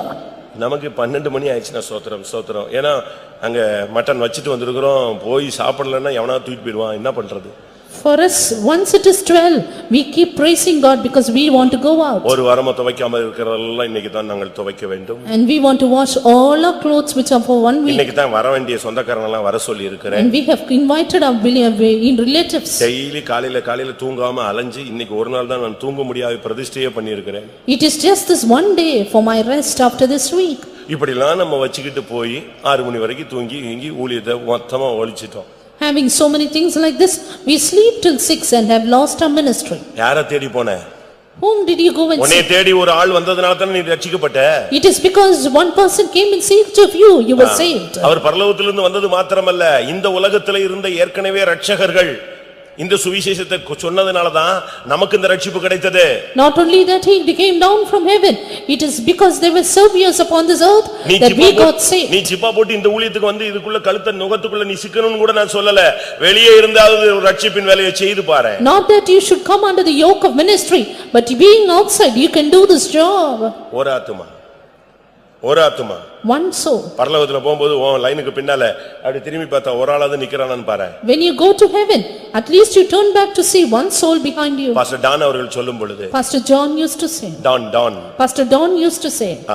பரலோகத்துல நீ நிக்கும் பொழுது உனக்கு பின்னால ஒரு பெரிய லைன் நிக்கணும். When you go to heaven, there should be a big queue behind you. அது எப்படி நடக்கும்? How will this possible? உன் ஜெபம், It's your prayer. ஒவ்வொரு நாட்டுக்கு நீ ஜெபிக்கணும். Pray for every country. எனக்கு தெரியும் மேப்பை தொட்டு ஜெபிக்கிற ஊழியக்காரங்க விசுவாசிகளை தெரியும். I know servants of God and believers who touch the map and pray. ஒவ்வொரு மேப்ல உள்ள ஒவ்வொரு ஊரையும் சொல்லி ஜெபிக்கிறவங்க இருக்காங்க. There are people who name the places in the map and pray. ஊர் பேரை எழுதி வச்சிட்டு ஜெபிக்கிறவங்க இருக்காங்க. There are the ones who write the name of the countries and pray. தெரிஞ்சவங்க பேரெல்லாம் சொல்லி ஜெபிக்கிறவங்க இருக்காங்க. Write the name of familiar ones and pray. ஏன் உன் ஆபீஸ்க்காக நீ ஜெபிக்க கூடாது? Why can't you pray for your office? ஏன் உன் கம்பெனில வேலை செய்றவங்களுக்கு உனக்கு கீழயோ மேலயோ வேலை செய்றவங்க இல்ல உன்னுடைய கூட இருந்த கொலீக்ஸ்க்காக ஏன் ஜெபிக்க கூடாது? Why can't you pray for your colleagues and those who work with you? நீங்க உங்கள் எத்தனை பேர் ரட்சகர்கள்னு எங்களை நீங்க How many அந்த of you- எத்தனை பேருக்கு ரட்சகனுடைய அபிஷேகம் இருக்கு? How many of you have the anointing of நீ saviors? வெறுங்கையா பரலோகத்துல போன நின்னா ஒண்ணுமே இருக்காது.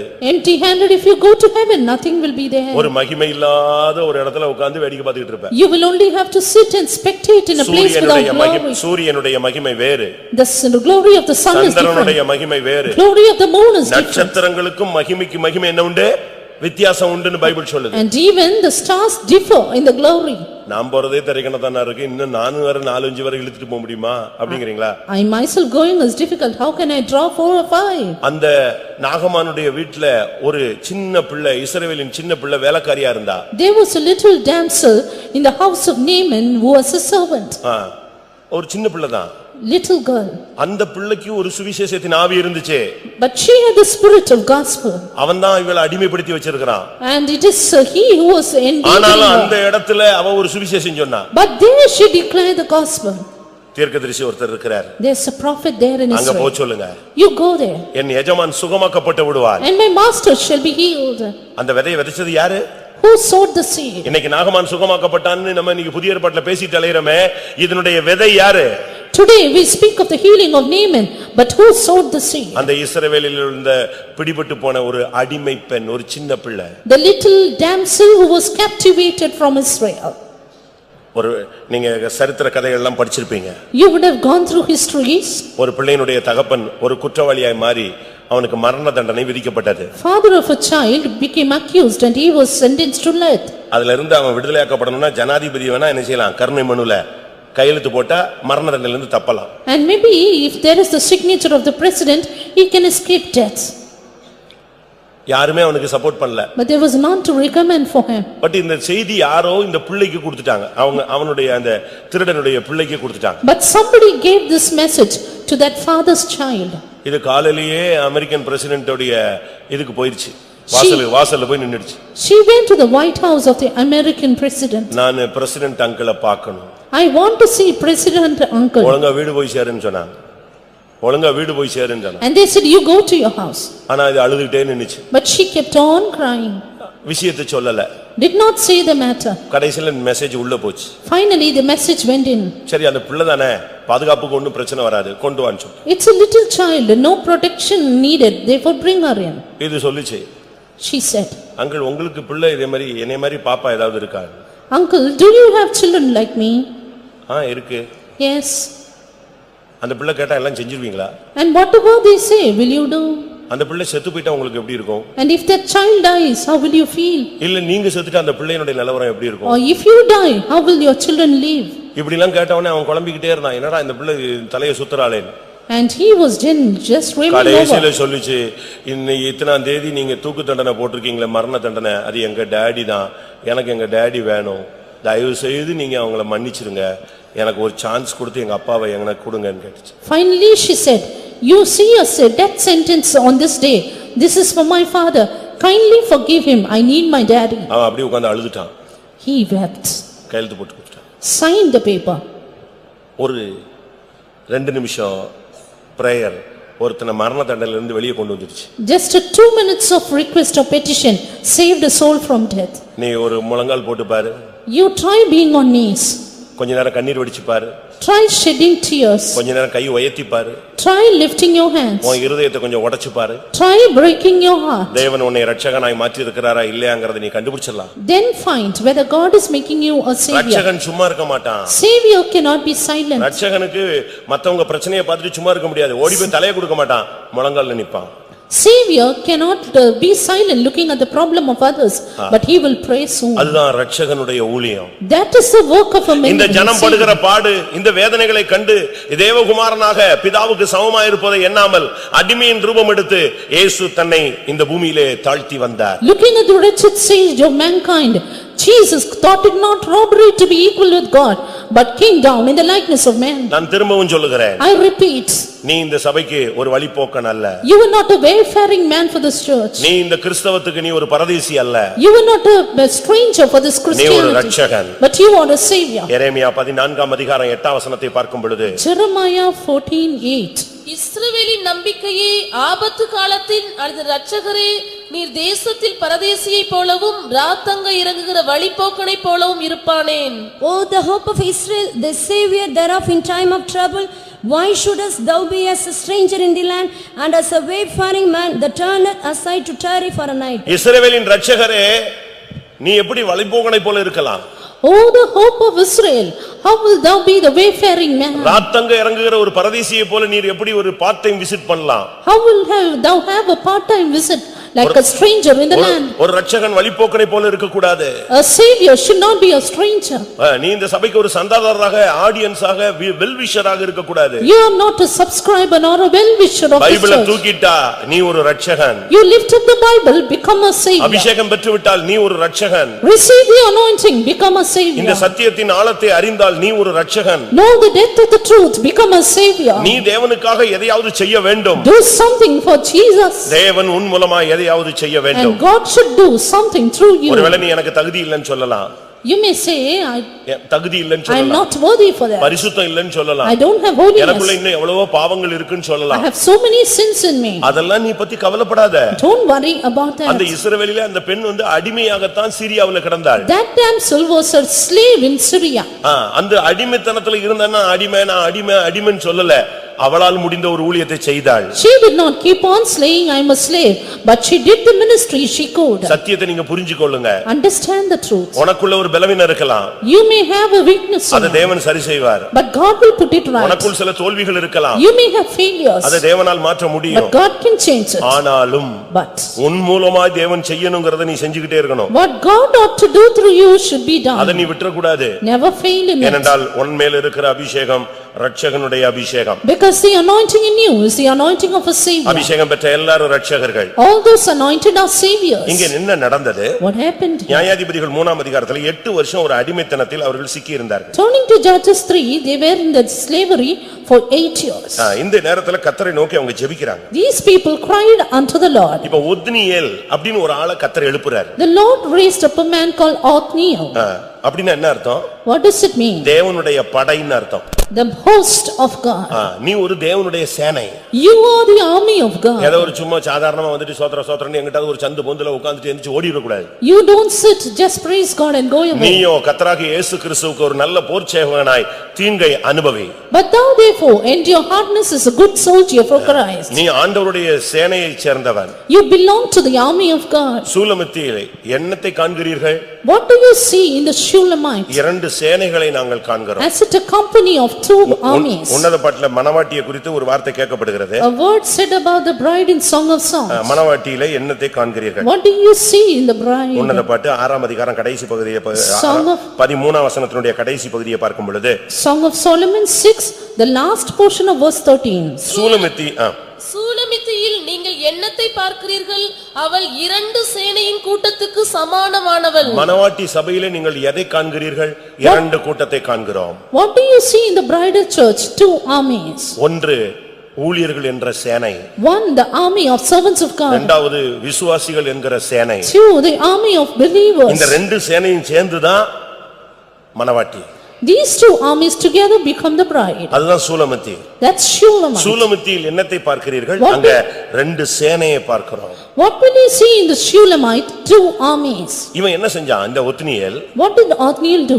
நீ கர்த்தருடைய இரட்சகனாக இருந்தால், If you are a savior of அந்த God, அபிஷேகம் இருக்கும் பொழுது, when you have the anointing, ஆவி அவன் மேல வந்த உடனே when the Spirit came upon him, அவன் நேர போய் அந்த மெசொப்பொத்தாமியாவின் ராஜாவாகிய கூஷான் ரிஷதாமியை கொன்று விட்டான். he straight went to the king of Mesopotamia who was Cushan-Rishathaim and killed him. இந்த ஜனங்களை அடிமைப்படுத்தின சக்தி எது? That was the power that encaptivated the people. Mesopotamia. Mesopotamia. மெசொப்பொத்தாமியானா என்ன? Mesopotamia means what does it mean? அது ஆபிரகாம் ஏற்கனவே ரட்சிக்கப்படுறதுக்கு முன்னால இருந்த இடத்தினுடைய ஒரு பெயர். The place where Abraham was before he was saved. அப்போஸ்தலர் 7ஆம் அதிகாரம் 2ஆம் வசனம். Acts 7:2. அதற்கு அவன், சகோதரரே, பிதாக்களே கேளுங்கள். நம்முடைய பிதாவாகிய ஆபிரகாம் காரானூரிலே குடியிருக்கிறதற்கு முன்னமே மெசொப்பொத்தாமியா நாட்டிலே இருக்கும்போது, மெசொப்பொத்தாமியா நாடு அது ஜென்ம தேசம். The native land Mesopotamia. இந்த ஆவி, இந்த ஜென்ம சுபாவம் தான், இந்த பழைய மனுஷன் தான் இன்னைக்கு அநேகரை 8 வருஷமா 10 வருஷமா பிடிச்சு வச்சிருக்கான். It is this natural man. It is this old man which has captivated people for long years. ஞானஸ்நானத்திலேயே ஜென்ம சுபாவம் செத்துருக்கணும். Right at baptism, our natural man should have died. அபிஷேகம் பெற்ற உடனே இந்த ஜென்ம சுபாவம் சாவறது மாத்திரமல்ல, எரிச்சு சாம்பலாகிடணும். During the anointing, not only our sins of nature is died, but it should be burnt. ஆனா என்ன நடந்தது? But what happened? இந்த ஆவி மறுபடி வந்து தேவஜனத்தோடு போராடினது. This spirit is striving with the people of God again. நம்ம விட்டு வந்த அந்த வல்லமை மறுபடி நம்மோடு போராடிட்டே இருக்கும். That power which we have left is striving again. அத ஜென்ம சுபாவம் திடீர்னு உள்ள வந்திருது பாத்தீங்களா? See the sins of nature, the natural sins அந்த are பழைய striving. அனுபவங்கள் சில நேரத்துல நமக்குள்ள தலையெடுக்கும். The old experiences are lifting up the head. என்னதான் நீங்க ஜெபிச்சாலும், Whatever you pray, என்னதான் பவர்ஃபுல்லா இருந்தாலும், however powerful you are, சமயம் வந்து வரும்போது ஜென்ம சுபாவத்தை தூக்கிடுவாங்க. when time comes you can see your nature. இந்த வல்லமை தான் 8 வருஷமா அவங்கள control பண்ணிருந்துச்சு. This was controlling them for 8 years. இதனுடைய ராஜா பேர் என்ன? The king's name Kushan ரிஷதாயிம். Cushan Rishathaim. அப்படின்னு என்ன அர்த்தம்? What does it mean? ரெட்டிப்பான துன்மார்க்கன் அர்த்தம். Double fold tribulation. எப்படி இருக்கும்? Now, how would it be? துன்மார்க்கன் அல்ல, ரெட்டிப்பான துன்மார்க்கம். Double fold wicked. அப்படின்னு என்ன அர்த்தம்? How does it mean? நீ ரட்சிக்கப்படுறதுக்கு முன்னால இருந்த பாவத்தை நீ விட்டுட்டு வந்திருக்கிற, மறுபடி தொட்டினா உன்னுடைய முன்னிலைமை உன்னுடைய முன்னிலைமை காட்டிலும் பின்னிலைமை ரொம்ப மோசமா இருக்கும். ரெட்டிப்பான பாவியாக நீ மாறி விடுவாய். When you were saved, you came out from your sins, but once you go to that sin again, you will be wicked double fold. இந்த ஸ்பிரிட் உனக்குள்ள இருந்துச்சுனா, If this spirit is in you, உன் mind எல்லாம் பணத்துல தான் ஓடும். your mind will be upon the money. ஆமா, பணம் எல்லாத்துக்கும் தேவைதானே அப்படி நீங்க நினைக்கிறீங்க. You may think money profiteth all. அப்படிதானே? Is it not? தமிழ்ல சொல்லிருக்கு, பணம் எல்லாவற்றுக்கும் உதவும். Money profiteth all. ஆனா இங்கிலீஷ்ல எப்படி இருக்கு? பணம் எல்லாவற்றுக்கும் பதில் சொல்லும். Money answereth all things. அப்படிதானே இருக்கு இங்கிலீஷ்ல. பணம் வந்து எல்லாத்துக்கும் என்ன செய்யும்? ரோட்ல வர எல்லாருக்கும் பதில் சொல்லும். Money will answer all the people who go by us. இந்த மெசொப்பொத்தேமியா ஆவிங்கிறது பணத்தினுடைய ஆவி, கூலி தான் main. This spirit of Mesopotamia is a spirit of money. அதுக்கு ஒரு வசனம் சொல்றேன். There's a verse for that. உபாகமம் 23:4ல பாத்தீங்கன்னா, அந்த பிலேயாம் மெசொப்பொத்தேமியா ஊரை சேர்ந்தவன். Deuteronomy 23:4, ye see that Balaam belonged to the land of Mesopotamia. நீங்கள் எகிப்திலிருந்து புறப்பட்டு வருகிற வழியிலே அவர்கள் அப்பத்தோடும் தண்ணீரோடும் உங்களுக்கு எதிர்கொண்டு வராதது நிமித்தமும் உன்னை சபிக்கும்படியாய் மெசொப்பொத்தாமியாவின் ஊராகிய பேத்தோரிலிருந்து பேயோரின் குமாரன் பிலேயாமுக்கு கூலி பேசி அவனை இந்த பிலேயாம் எந்த ஊர்க்காரன்? மெசொப்பொத்தேமியாக்காரன், சபிக்கும்படியாக வந்தவன். Balaam's native land was Mesopotamia and he came to curse. இந்த சபிக்கிற ஆவி, இந்த பணத்துக்கு பின்னால போற ஆவி, ரெட்டிப்பான துன்மார்க்கம், இவைகள் எல்லாமே மெசொப்பொத்தேமியாவினுடைய சக்திகள். The power of Mesopotamia is going after curse, going after money. இதை எப்படி நம்ம ஜெயிக்கிறது? How to overcome it? நம்ம சும்மா வேடிக்கை பார்த்துட்டே இருக்க முடியாது. We cannot spectate it. உன் குடும்பத்துல 2 பேர் வியாதியா இருக்காங்க, நீ பார்த்துட்டே இருக்கற. There are முழங்கால போடு, ஜெபம் பண்ணு, உபவாசம் எடு, கண்ணீர் வடி, பிரதிஷ்டை பண்ணு, தீர்மானங்களை புதுப்பி, வாழ்க்கையை சரிப்படுத்து, சுகமாகும். If there are one sick in your family, soon put down your knees, pray for them, shed tears, make consecrations, they will be healed. இலவசமான ஒரு வழி இருக்கு, உன்னை நீ சரிப்படுத்தினா ஜெயிச்சிரலாம். One free answer for all things is, you can, if you surrender yourself, you can prevail. இந்த ஒத்னியேல் சாதாரண ஆள் கிடையாது. This Othniel was no ordinary person. அவன் ஏற்கனவே ஜெயித்தவன். He was prevailed already. He had prevailed. யோசுவாவின் புத்தகத்தை நாம பார்க்கும் பொழுது, In the book of Joshua we read, அங்க என்ன சொல்லப்பட்டிருக்கிறது? what is it said about him? அவன் ஏற்கனவே ஜெயித்தவன். He had prevailed already. 15ஆம் அதிகாரம் 15, 15, 16, 17 பார்க்கும் பொழுது, verses 15, 16 and 17. அவன் கீரியத் செப்பாரை அவன் ஜெயித்தவன். He prevailed over Kirjath Sepher. அதுக்குடைய பழைய பெயர் தெபீர். And the old name was Debir. தெபீர்னு சொன்னா மகா பரிசுத்த ஸ்தலம்னு அர்த்தம். Debir means most holy place. ஏற்கனவே அவன் மகா பரிசுத்த ஸ்தலம் உள்ள ஒரு அனுபவத்தை பெற்றுக்கொண்டவன். He had already the experience of the sanctuary, most அதுக்கு holy பிறகுதான் place. அவனுக்கு கல்யாணமே ஆச்சு. And only after that he was married. இப்ப அவனை தான் கர்த்தர் எழுப்புறாரு. Now the Lord is raising up நீ him. ஒரு இரட்சகனானால் நீ ஒரு பரிசுத்தனாய் இருக்க வேண்டும். If you are a savior, you should be holy. அது ரொம்ப முக்கியம். That is the very important thing. நீ ஒரு இரட்சகனானால் If you are a savior, நீ ஒரு பரிசுத்தவானாயும் இருக்கணும். then you should have been a saint. அந்த விஷயத்துல நீங்க விட்டுற கூடாது. You should not leave that matter. எல்லாரையும் சபைக்குள்ள கொண்டு வாங்கன்னு கொண்டு வந்து நான் தான் கொண்டு வந்துட்டு நீ எங்கயாவது பாவத்துல போய் கவுந்துட்டீன்னா பிரயோஜனம் இல்ல. Not just saying that I have brought many people, finally you fall into sin, there is no use. ரொம்ப கவனமா இருக்கணும். Be very careful. ஒரு ஆள் போய் நான் ஆரம்பத்துல ஒரு சின்ன சபையில இன்சார்ஜா இருந்தேன். In the beginning I was in charge of a little assembly. 25 பேர் வருவாங்க. அது வந்துட்டாலே அன்னைக்கு சபை களை கட்டிடுச்சுன்னு அர்த்தம். If 25 people attend, that is a big history. நான் அவங்களுக்கு சும்மா காரசாரமா பிரசங்கம் பண்ணுவேன். And I gave a hot message for them. இதை விட ஸ்பீடா பேசுவேன், தமிழ் தனியா பேசுவேன். And I spoke very fast alone in Tamil. இப்படி கப்பல்லாம் சின்ன பாஸ்டர் ஆன பிறகு தான் வந்திருக்கு. And after this, only when I become an assistant pastor, I have things like கிட்டையே this. Cup வராது. And or else I will not have this cup also. 1.5 மணி நேரம் 1.5 hours. அப்படியே தீ பிடிச்ச மாதிரி போயிட்டே இருப்போம். Continuous fire message. அதே ஸ்பீட்ல ஜனங்கள் ஆவி நிறைஞ்சு கத்திடுவாங்க, குதிச்சிடுவாங்க. And people also will shout being filled. அந்த ஸ்பீட்ல தான் போவோம். I go in that speed. அப்ப நான் அங்க ஒரு ஆளை பத்தி விசாரிச்சேன். At that time I inquired of a person. அவர்தான் அந்த சபையில விசுவாசியா இருந்து இப்ப பின்மாறிட்டார். He was a believer of a church and now backslidden. தீர்க்கதரிசனம் பயங்கரமா பேசுவான், ஷார்ப்பா பேசுவான். He used to prophesy sharply. ஆனா இப்ப சபையில இல்லன்னாங்க. But now no more in the church. என்ன ஆச்சுன்னு கேட்டேன். What happened? இந்த ஆத்துமாவை ரட்சிக்கிறேன், அவங்கள ரட்சிக்கிறேன், இவங்கள ரட்சிக்கிறேன், அவங்க வீட்டுக்கு போய் ஜெபம் பண்றேன், இவங்க வீட்டுக்கு போய் ஜெபம் பண்றேன்னு சொல்லிட்டு போன இடத்துல எல்லாம் ஒவ்வொருத்தரையும் மனைவியா மாத்திட்டான்னு சொன்னான். He said, I'm going to save this people, that family, and had a wife in every family. இப்ப 3 மனைவி. And now 3 wives. பேரு Elisha. His name is Elisha. என்னடா இது பழைய ஏற்பாடு தீர்க்கதரிசியே கல்யாணம் கட்டாம இருந்தாருன்னா இவன் 1க்கு 3 கட்டிட்டா திருப்பி எப்படி கர்த்தர் சபையில விடு தூக்கி விட்டாரு ரோட்டுக்கு போச்சு. Old Testament prophet itself was unmarried. நீ ரட்சகன்.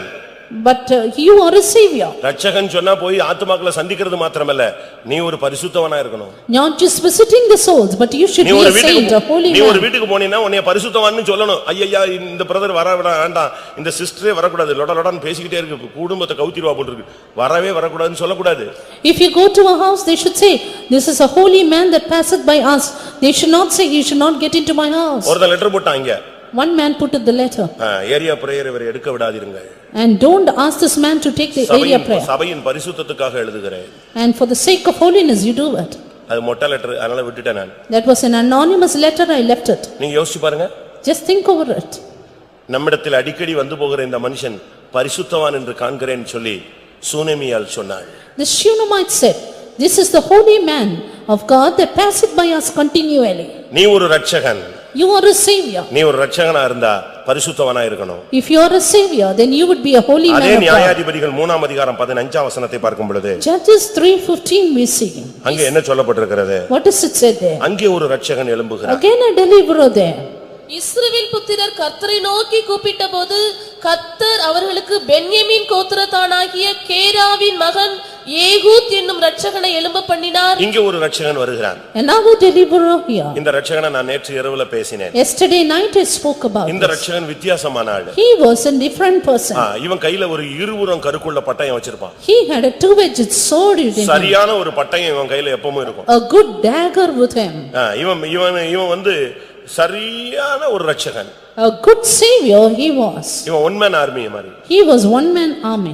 இவன் ஒரே ஆளு நின்னே ஜெயிச்சிருவான். One man stood and prevailed. இவனுக்கு ஆளுங்க எல்லாரும் தேவையில்லை. ஒரு சிலருக்குலாம் 10 பேர் சேர்ந்து ஜெபிச்சாதான் பயங்கர எழுப்புதல் வரும். He did not need other people. Some people have to pray with 10, only then they'll pray. போட்டு கத்தி ஆயுள் நிறைஞ்சு தீர்க்க சொல்லுவாங்க. ஒரு ஆளா உட்கார்ந்து ஜெபிக்க சொன்னா ஜெபமே வராது. Then they will be filled with the spirit of God and tell prophecy. இவன் அப்படி ஆளு கிடையாது. But he was not a man ஒரே like ஆள் that. முழங்கால்ல Nippon. He was just one man doing this. இவன் ஒரு Ratchagan. He was his deliverer. இவன் ஒரே ஆள் நின்னு Just one man stood up. நேரா உள்ள போய்ட்டான். சத்ருவின் சிங்க கெபிக்குள்ளே போயாச்சு. Went straight to the enemy. எந்த ராஜா அவனுக்கு ஆப்போசிட்டோ அவன்கிட்டயே நேரா போய் உட்கார்லாம். Went straight to that king who was opposite to him. ஒரே ஆளா நின்னு அவனை குத்தி போட்டு வெளியே போய்ட்டான். He stood, killed him and went out. மோவாபிய Sakthi. The power of Moab. மாம்சத்தின் ஆவி. The power of flesh. இச்சையின் ஆவி. The power of lust. யாரை பார்த்தாலும் தப்பா பார்க்கிறது. And looking at others யாரை differently. பார்த்தாலும் தப்பா பேசுறது. Looking and speaking differently. 2-3 அர்த்தத்துல பேசுறது. And speaking in 2 or 3 languages. வித்தியாசமான சிரிப்புகள். Diverse kinds of smile. வித்தியாசமான பழக்க வழக்கங்கள். Diverse conversations. இதெல்லாம் மோவாபின் ஆவி உன்னோடு போராடுகிறது என்பதை நீ புரிந்து கொள்ளணும். Understand that these are all the spirit of Moab striving. அவசியமில்லாத சிரிப்பு, அவசியமில்லாத பேச்சு, அவசியமில்லாத விசிட்டிங், எதுவுமே தெய்வீகத்துக்கு புறம்பானவைகள். Unnecessary smile and speech and visiting, they are all outside divinity. என்ன நடந்துச்சு? What happened here? இவன் வருஷ கணக்கா இந்த ஜனங்கள் எக்லோனுக்கு இல்லாட்ட மோவாபிய ராஜாவுக்கு காணிக்கை கொடுத்துட்டு இருக்கான். The people, the Israelites, they had offered for this Eglon, the king of Moab. அந்த வசனம் அப்படிதான் சொல்லுது. The word of God says. இவன் காணிக்கை கர்த்தருக்கு கொடுக்கல. They did not give the offering to the Lord. இவங்க காணிக்கை எல்லாம் யாருக்கு போச்சு? To whom went the offering? உன் சம்பாத்தியத்துல உள்ள தசமபாகம் எங்க போகுது? Where went your tithes, the offering? உன் சம்பாத்தியத்துல உள்ள காணிக்கை நீ எங்க கொடுக்கற? Where do you give the offering from your salary? வட்டிக்கு கொடுக்கறியா? Is it for interest? இல்ல மெடிக்கலுக்கு கொடுக்கறியா? Is it for others? இல்ல வக்கீலுக்கு கொடுக்கறியா? Or is it for lawyer? இல்ல கோர்ட்டுக்கு கொடுக்கறியா? Is it to the courts? யாருக்கு உன் காணிக்கை போகுது? To whom do you give your money? Bible சொல்லுகிறது அவர்களுடைய காணிக்கை இவன் கையில கொடுக்கப்பட்டு அந்த எக்லோன் மோவாபிய வல்லமைக்கு போனது. The word of God says, the children of Israel by the hand of Ehud sent it to the king of உன்னுடைய Moab. சம்பாத்தியம் அந்நியனுடைய வீட்டுக்கு போக கூடாது. Your income should not go to a strange land. நீதிமொழிகள்ல சொல்லி இருக்கிறது அவன் தவறாய் போனபடினால் அவனுடைய சம்பாத்தியம் புறத்தியாருடைய வீட்டுக்கு போய் சேர்ந்தது. In the Proverbs it is said, because he earned it in a wrong way, it went to the house of a harlot. இன்னைக்கு உன்னுடைய நிலவரம் என்ன? Today what is your state? நான் தர்மபுரியில ஊழியத்துல இருக்கும்போது When I was in the ministry in Dharmapuri, ஒரு சகோதரன் இருந்தார். there was a brother. அவர் இந்த ஒரு தெளிவில்லாத ஒரு ஆள். He was a man with no clear mind. அவருக்கு பிள்ளைங்க 3 பொம்பளை பிள்ளைங்க. He had 3 daughters. இருக்கிற எல்லா லோனையும் எடுத்துட்டு வந்தாள். He took every loan that he could provide for. நம்புறீங்களா? Do you believe? ஒரு நாள் சர்வீஸ்க்கு வந்திருக்கும்போது அவங்க அம்மா அந்த மனைவி சொல்லிச்சு கொஞ்சம் பே பில்ல வாங்கி பாருங்களேன். One day his mother, his wife, she said, you just look at his table. நானும் வாங்கி பார்த்தேன். And I looked at it. நீங்க நம்புறீங்களா? Do you believe? நான் 90 வருஷம் அங்க இருந்தேன்னு நினைக்கிறேன். I think I was there in the year 1990. 5 ரூபாய் 5 loans. வீட்டுக்கு வர்றது 5 ரூபாய். அந்த பே பில்ல லாஸ்ட்ல லெஸ் பண்ணி 5 rupees னு போட்டு கொடுக்கறான். And that which came to the house was just ₹5 at the end of the day. அந்த மாசம் எப்படி பிள்ளைங்களுக்கு சோறு போடுவாந்தாளே? And how can he provide for his children then? ஏன்னு கேட்டா வண்டி லோன், வந்த லோன், போன லோன் எல்லாத்தையும் எடுத்துட்டு அந்த வண்டியை கொண்டு போய் இன்னொருத்தன் வித்துட்டு வந்து இப்படியே சுத்துறது. When they inquired at him, he said that he had to give so many loans and just roamed about. திடீர்னு ஒரு நாள் மனைவி பிள்ளைகள்லாம் வந்தாங்க. Suddenly the wife and children came. எங்க வீட்டுக்காரரை காணோம். My husband is missing. போலீஸ்ல நாங்க கொடுத்துட்டோமா? And I have given the complaint to the police. என்ன பிரச்சனை? What happened? போன வாரம் தான் ஒரு 2 வீலர் வாங்குனாரு புதுசா லோன் போட்டு. Last week he had a new loan put up. இப்ப வண்டியும் காணோம், ஆளையும் காணோம். Now he is even without vehicle and moving up. சரி ஜெபம் பண்ணலாம். Okay, I'll pray, I said. பிள்ளைங்கலாம் அழுகுது அப்பாவை பார்க்கணும். Children were crying, I want to see my father. 4 நாள் கழிச்சு வந்துட்டாரு. And I then said, 4 days கழிச்சு ஐயா ரிட்டர்ன் ஆயிட்டாரு. after 4 days the man returned. வரும்போது வண்டி இல்ல. The vehicle was not there. நான் என்னன்னு விசாரிச்சேன். I inquired why. இல்ல நான் ஒரு குரூப்பை சந்திச்சேன். I visited a group. பணம் கொடுத்தா ரெட்டிப்பா பணம் கொடுக்கறாங்க. And if you give money, they'll give double fold. எப்படி? அதனால நான் டபால்னு வண்டியை வித்து எரிஞ்சிட்டேன். அத்தனை 1000 அவன்கிட்ட கட்டிட்டேன். Therefore I gave the vehicle and spent so much of thousands to him. அவங்க கொடுத்தாங்களான்னு கேட்டேன். Did he give it back? உண்மையாவே கொடுத்துட்டாங்க. Yes, truly he gave it. டபுளா கொடுத்துட்டாங்க. They gave me double. திருப்பி என்னாச்சு? Again what happened? ஒரு 1 கிலோமீட்டர் வந்தேன், ஒரு குரூப் வந்து என்னை அடிச்சு அவளத்தையும் புடிங்கிட்டு போயிடுச்சு. After I returned 1 kilometer, another group stabbed me and took அதே away. டீம் தான். அதே டீம் வண்டியும் புடிங்கிட்டான். வண்டியும் வித்துட்ட மாதிரி வித்துட்டான், காசும் கொடுக்கிற மாதிரி கொடுத்துட்டான். திருப்பி இவனை அடிச்சு அதையும் புடிங்கிட்டு போயிட்டான் மொத்தமா. It is that same group who gave the money. நீ விசுவாசி பைபிளை தூக்கிட்டு கோயிலுக்கு போற. And you are a believer taking the Bible and going to the church. எப்படி இருக்குன்னு பாருங்க. How was it? அந்த பிள்ளைகள் எல்லாம் விவாகமாகாம எவ்வளவு கஷ்டப்படுது இந்த பிள்ளைங்க. The children, they were not இன்னைக்கு married. அந்த செத்து போயிட்டான். இன்னைக்கு அந்த பிள்ளைங்க கல்யாணம் ஆகல. 40 வயசு. That man is dead and that girl is not married. Why? நீ விசுவாசி தானே? Aren't you a உனக்கு believer? ஏன் பண ஆசை வந்துச்சு? உனக்கு குடும்பம் நடத்த தெரியல. ஏன் தெரியல? Why do you have the love of money? You are unable to run the family? உன் காணிக்கை எங்க போகுது? Where went your offering? உன் காணிக்கை 1ஆம் தேதி எங்க போகுது? Where does your offering go on the first? எத்தனையோ பேருடைய ஏடிஎம் கார்டு மத்தவன்ட்ட இருக்கு. Many have the ATM card given to others. இதான் உண்மை.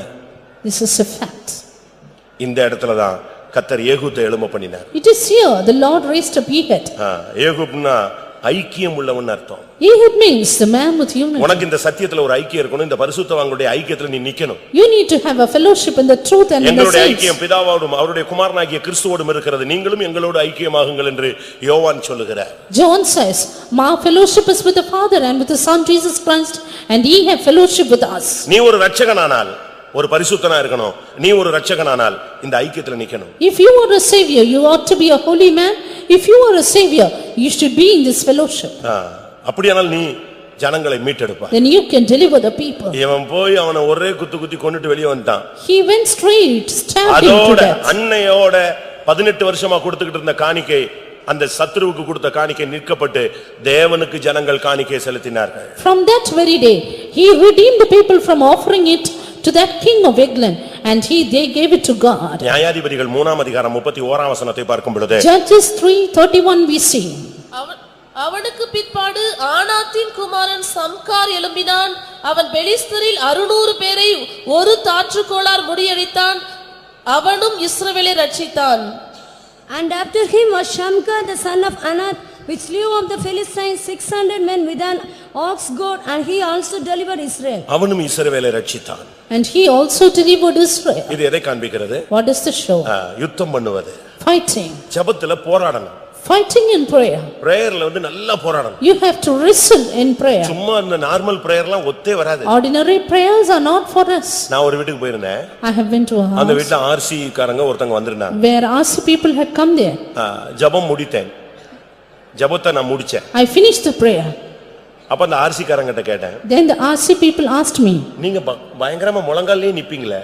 You will stand on knees very badly. ஆனா நான் இன்னைக்கு ஜெபம் பண்ணும்போது நீங்க சம்மணம் போட்டே உட்கார்ந்துட்டீங்களேன்னு. But today when I was praying, you just was in a sitting posture. நான் கேட்டது தப்பு. And what I asked was wrong. நான் செஞ்ச தப்பு தான் அது. What I did was wrong. தப்புன்னு அந்த சிஸ்டர் பதில் சொல்லிச்சு. Suddenly the sister answered. ஐயா நீங்க ஜெபிக்க ஆரம்பிச்ச உடனே நான் பார்த்தேன் இவங்க ரெண்டு பேரும் அப்படியே உட்கார்ந்தே இருந்தாங்களா. அப்ப பெந்தேகோஸ்ல இப்படி தான் உட்கார்ந்தே இருக்கணும் போல் இருக்குன்னு நானும் அதனால தான் முழங்கால் போடாம நானும் அப்படியே உட்கார்ந்தேன். அதுக்கு பிறகு தான் எனக்கு தெரிஞ்சது இங்க நம்ம கேஸ் ரெண்டுமே எப்படி தான் இருந்திருக்கு, உட்கார்ந்து தான் இருந்திருக்கு. When you started praying, I watched and these people were sitting, therefore I also sat. அவங்க சொல்றாங்க நாங்க முழங்கால்ல தான் நிப்போம், இந்த ரெண்டு உட்கார்ந்தே இருந்துச்சா சரி நீங்க உங்க பிரேயர்ல வீட்டுக்கு வந்தா இப்படி தான் உட்கார்ந்து இருக்கணும் போல் இருக்கு சம்மணம் போட்டு. நல்லதுதான். The people said we all used to be on knees, but because these two were sitting down, we also did it. நாம எப்படி இருக்கிறோம் பாருங்க மற்றவங்க முன்னால. Look at our state, how is it before others? உன்னுடைய வாழ்க்கையில நீ சத்துருவை முறியடிக்கணும். You have to put down your enemy in your life. சம்கார் ஒரு தாற்றுக்கோளால் 600 பேரை கொன்று போட்டான். Shamgar killed 600 with an ox goad. அது என்ன சக்தி? What is that power? பெலிஸ்தருடைய வல்லமைகள். Power of Philistines. பெலிஸ்தருடைய வல்லமைங்கிறது அவங்களுக்கு அந்த பெலிஸ்தர்களுடைய அர்த்தம்னா குடியேறுகிற சக்தின்னு அர்த்தம். Philistines means the power of inhabiting. புரியுதா உங்களுக்கு எல்லாருக்கும்? Do you understand? கொஞ்சம் இடம் கொடுத்தீங்கன்னா அவன் என்ன செய்வான்? இருக்க இடம் கேட்பான். If you give a little place, they want to inhabit இன்னும் there. கொஞ்சம் இடம் கொடுத்துட்டீங்கன்னா அவன் என்ன செய்வான்? அடுத்து படுக்க இடம் கேட்பான். A little more you give the place, they want to lie down. ஒட்டகம் வந்து சொல்லிச்சான் என் கழுத்தை மட்டும் கொஞ்சம் உள்ள விட்டுருக்கேன், தலையை மட்டும் நீங்க கொஞ்சம் அட்ஜஸ்ட் பண்ணிக்கங்க, தரையிலேயே படாது அப்படியே உள்ள டென்ட்டுக்குள்ளேயே கொஞ்சம் வச்சுக்கிறேன்னு. The camel asked the man, give me a little place to lay my head alone. சரி தலையை தானே உள்ள விடுதுன்னு உள்ள விட சொல்லிட்டான். Only your head, then leave it. விட்ட பிறகுதான் அதனுடைய ஸ்மெல் இங்க ஒருத்தன் இருக்க முடியாம போய் அவ்வளவு பேர் வெளியே வந்துட்டான், இது உள்ள போயிடுச்சு. After that, because of the smell, nobody could sit inside and all came out, it went in. பெலிஸ்தருடைய வல்லமைகள் என்பது உனக்குள்ள குடியேற முயற்சிக்கிற சக்தி. Power of Philistine is the power which tries to overtake நீ and பிரேயர்ல inhabit. ஸ்ட்ராங்கா இல்ல உன் வீட்டுக்குள்ள வந்துருவான். And if you are in prayer, it will automatically உன் come out. மினிஸ்ட்ரியில உள்ள வந்துருவான். Yeah, or else it will come into your ministry. உன் பிசினஸ்க்குள்ள உள்ள வந்துருவான். Or into your உன் business. ஃபேமிலிக்குள்ள வந்துருவான். Or into your family. புருஷனுக்குள்ள வந்துருவான், பிள்ளைக்குள்ள வந்துருவான். Or into your husband or wife. 144ஆம் சங்கீதம் 14ஆம் வசனத்தை பாருங்க. Psalm 144 and verse 14. எங்கள் எருதுகள் பலத்தவிகளாயிருக்கும், சத்துரு உட்புகுதலும் குடியோடி போகுதலும் இராது. நீ பலத்ததா இருந்தீன்னா சத்துரு குடியேற வராது உள்ள. If you are strong, the inhabitant will not come in. இந்த பெலிஸ்தருடைய சக்தியில் எங்கெல்லாம் நம்ம பிரேயர் வீக்கா இருக்கோ, வீட்ல சமாதானம் கெட்டு போய் கிடக்கோ, பரிசுத்தம் இல்லாம இருக்கோ, அங்கெல்லாம் குடியேறிரும். When our prayer is weak, when there is peacelessness, when there is less holiness, then it will come to inhabit. நியாயாதிபதிகள் 13ஆம் அதிகாரம் Judges chapter 13 5ஆம் வசனம். verse 5. நீ கற்பந்தரித்து ஒரு குமாரனை பெறுவாய், அவன் தலையின் மேல் சவரகன் கத்தி படலாகாது. அந்த பிள்ளை பிறந்தது முதல் தேவனுக்கென்று நசரேயனாயிருப்பான். அவன் இஸ்ரவேலை பெலிஸ்தரின் கைக்கு நீங்களாக்கி ரட்சிக்க தொடங்குவான் ஒரு என்றார். தாய் தான் பிள்ளையை பெக்கும்போது கர்த்தர் சொல்ற ஒரு வார்த்தை. This was the word of the Lord to a mother who conceived a child. உன் பிள்ளை இஸ்ரவேலை ரட்சிப்பான். And your child shall save Israel. உங்க பிள்ளை பிறக்கும் போதெல்லாம் இப்படி ஜெபிச்சிருப்பீங்களா இல்ல இப்படி பதில் கிடைச்சிருக்குமா? And did you receive an answer from God all the time you had a child? உங்க பிள்ளைகளை இப்படி பிரதிஷ்டையில வளர்க்கறீங்களா? இஸ்ரவேலை ரட்சிக்க கூடியவனாய் பிறக்கறானா, பிறந்திருக்கானா, வளர்ந்திருக்கானா, இப்போ இருக்கறானா? Do you grow up your child in this consecration? Is he now growing in that? ஒரு பிள்ளை இருந்துச்சுன்னா அந்த பிள்ளை ரட்சிப்பின் வேலையை செய்யணும். And if there is a child in your house, it should be a savior. ஒரு தெய்வீகத்துல வளரணும். It should grow in divinity. அந்த தாயினுடைய விசுவாசம் மகளுக்குள்ளும் மகளுடைய விசுவாசம் அந்த மகனுக்குள்ளும் வந்தது என்று தீமோத்தேயு சொல்லுகிறார். Faith of the grandmother into her mother, and then the faith of the mother into the son. பாருங்க, தீமோத்தேயுடைய பாட்டி ஒரு நல்ல விசுவாசி. Look, the grandmother of Timothy had good faith. அந்த தாய்க்குள்ள இருந்த விசுவாசம் அப்படியே அவங்க மகளுக்குள்ள வந்துருச்சு. That faith of that mother came into his daughter. அவங்களும் நல்ல விசுவாசி. And she also was a good. அந்த விசுவாசம் அவங்க பையனுக்குள்ள தீமோத்தேயுக்குள்ள வந்துச்சு. And that faith of that mother came into that son அவன் Timothy. ஊழியக்காரனா மாறிட்டான். He became a servant of அந்த God. விசுவாசத்தினுடைய வளர்ச்சியை பாருங்க. Look at the growth of faith. 2 தீமோத்தேயு 1:7. 2 Timothy 1:5. அந்த விசுவாசம் முந்தி உன் பாட்டியாகிய லோவிசாலுக்குள்ளும் உன் தாயாகிய ஐனிக்கேயாளுக்குள்ளும் நிலைத்திருந்தது, அது உனக்குள்ளும் நிலைத்திருக்கிறது என்று நிச்சயித்திருக்கிறேன். எப்படி அந்த விசுவாசம் அப்படி, அதாவது விசுவாசிங்கிறதல்ல, விசுவாசம் உள்ள வந்துச்சு. It is not that just they are believer, but the faith came in. அதுதான் அவனுடைய வாழ்க்கையை ஊழியக்காரனா மாத்தி ரட்சகனாய் கொண்டு வந்து நிறுத்தினதே. He changed his life to a servant of God and then a savior. என்ன நடந்துச்சு? What happened? இவன் ரட்சிக்க தொடங்குவான் என்று சொல்லப்பட்டது. It was said he will begin to deliver. நியாயாதிபதிகள் 15:18 பார்க்கும் பொழுது 15:18 of Judges. அவனே வாயை திறந்து சொல்லுகிறான். And he said, தேவரீர் உமது அடியேன் கையினால் இந்த பெரிய ரட்சிப்பை கட்டளையிட்டீர். Thou God has given this great deliverance by the hand of அருமையான thy தேவனுடைய servant. ஜனமே, உன் மூலமாய் கர்த்தர் பெரிய ரட்சிப்பை கட்டளையிட விரும்புகிறார். Beloved people of God, God want to bring a great deliverance through you. உன்னுடைய ஜீவியத்துல பல தோல்விகள் இருக்கலாம், அதை யோசிக்காத. அதெல்லாம் பரிகரிக்கிறதுக்கு தான் இந்த ஆவியானவர் உனக்குள்ள இருக்கிறார். There may be failures in your life, don't think about that, but the Spirit of God will atone for it. இரண்டாம் ராஜாக்கள் 2 Kings 13ஆம் அதிகாரம் chapter 13 5ஆம் வசனம். verse 5. கர்த்தர் இஸ்ரவேலுக்கு ஒரு இரட்சகனை கொடுத்ததினால் அவர்கள் சீரியருடைய கையின் கீழிருந்து நீங்களானார்கள். ஆதலால் இஸ்ரவேல் புத்திரர் முன்போல தங்கள் கூடாரங்களில் குடியிருந்தார்கள். And the Lord gave Israel a savior so that இங்க பாருங்க, இங்க சேவியர்னு அழகா இருக்கு. இஸ்ரவேலுக்கு ஒரு இரட்சகனை கர்த்தர் கொடுத்தார். The Lord gave Israel a savior. அந்த இரட்சகன் யாரு? Who was that savior? யோவாகாஸ். Jehovah has. அப்படின்னா என்ன அர்த்தம்? What does it mean? கர்த்தர் என்னை பிடித்திருக்கிறார்னு அர்த்தம். The Lord has held me. Pastor Prabhakaran ஒரு மீட்டிங்ல சொன்னாரு. Pastor Prabhakaran told in a meeting. அழகான ஒரு வார்த்தை. A beautiful word. நான் அவரை பிடிச்சிருந்தா எப்பவும் ஓடி போயிருப்பேன். அவர் என்னை பிடிச்சிட்டாரு, அதனால தான் இவ்வளவு நாள் உட்கார்ந்திருக்கேன். If I had held to God's hand, I would have run away, but he has held me, therefore I am here. நான் பிடிச்சிருந்தேன்னா எப்பவும் விட்டுட்டு ஓடியே போயிருப்பேன் அவரை. If I had taken hold of him, I would have left him. ஆனா அவர் பிடிச்சிருக்காரியா? But he has taken hold of அதனால me. தான் நான் எங்க இருக்கேன். Therefore I am here. இன்னும் அந்த பிடி அப்படியே தான் இருக்கு. The hold is still firm. பாருங்க, அந்த அம்மா அப்பா பிள்ளைக்கு பேர் எப்படி வச்சாங்க? How did the mother and father name the child? என்ன பேரு? ஜப்பான் மாதிரியா பேர் வச்சாங்க? கச் பூச்சின்னு என்ன பேரு? என்ன பேர் வச்சான்? யோவாகாஸ். தெய்வம் யெகோவா என்னை பிடித்திருக்கிறார். Jehovah means Jehovah has taken hold of me. தேவனால் பிடிக்கப்பட்டவர்கள் ஒரு இரட்சகர்கள். Those who are held on by God are saviors. தேவன் உன்னை பிடிச்சிருந்தா மட்டும் போதாது. Not just God holding on. எதுக்காக உன்னை பிடிச்சாரு? Why did he hold you? நீ மேன்மையானதை பிடிக்கும்படியாக. That you may hold on to the greater. வாசியுங்கள். நான் எதற்காக பிடிக்கப்பட்டேனோ அதை பிடிக்கும்படியாக நான் ஆசையாய் தொடர்கிறேன் என்று ஒரு மனிதன் சொன்னான். A man said, I follow after with desire that I may apprehend. பிலிப்பியர் 3:12. Philippians 2:12. 3:12. 3:12. நான் அடைந்தாயிற்று அல்லது முற்றும் தேறினவனானேன் என்று எண்ணாமல் கிறிஸ்து இயேசுவினால் நான் எதற்காக பிடிக்கப்பட்டேனோ அதை நான் பிடித்துக் கொள்ளும்படி ஆசையாய் தொடர்கிறேன். எதுக்கு உன்னைய கர்த்தர் பிடிச்சாரு? Why did the Lord apprehend you? சீயோனுக்கு பிடிச்சாரா? Is it for Zion? இல்ல எருசலேமுக்கு பிடிச்சாரா? Is it for Jerusalem? எதுக்குன்னு உனக்கு அப்பாயின்ட்மென்ட் ஆர்டர் கொடுத்திருக்காரு? For what are you given the order of நீ appointment? பிடிக்கணும்.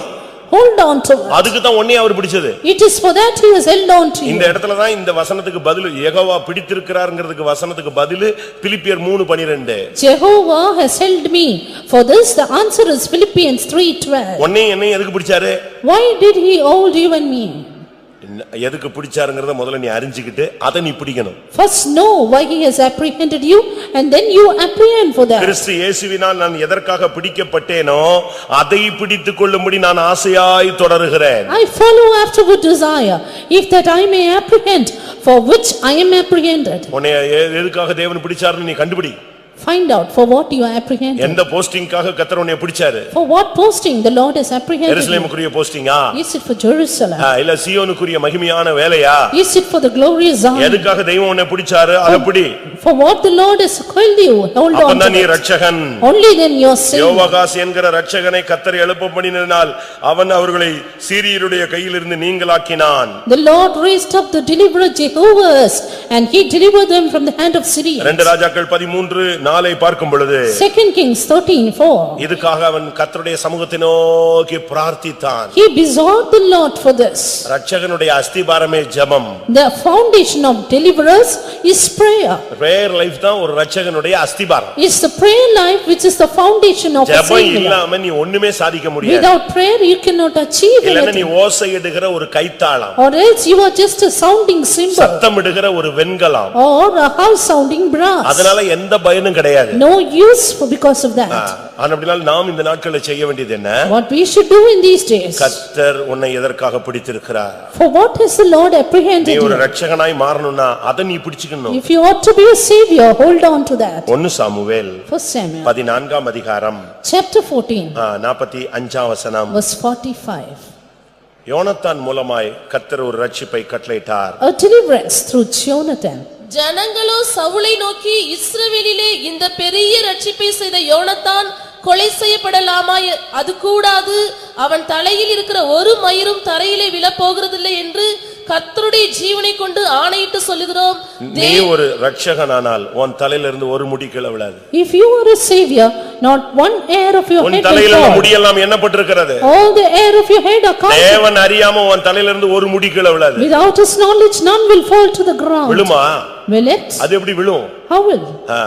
அவங்க சொல்றாங்க ஜனங்கள் இவ்வளவு பெரிய ரட்சிப்பு அவன் கட்டளையிட்டு இருக்கும்போது அவன் தலையில இருந்து ஒரு முடி விழக்கூடாது. When he has wrought this great salvation, not one of his hair will fall to the ground. ஒரு மனிதர் கூட்டம் இப்படிப்பட்ட வார்த்தையை சொல்லுமானால் தேவன் அதிலும் அதிகமாக இருந்து தேவன் கிரியை செய்கிறவர். If the mankind can say this word, how much more can God work? நீ ஒரு ரட்சகனானால் If you are a savior, உன் தலையில எல்லா முடிகள் எல்லாம் எண்ணப்பட்டிருக்கும். all the hairs of your head will be counted.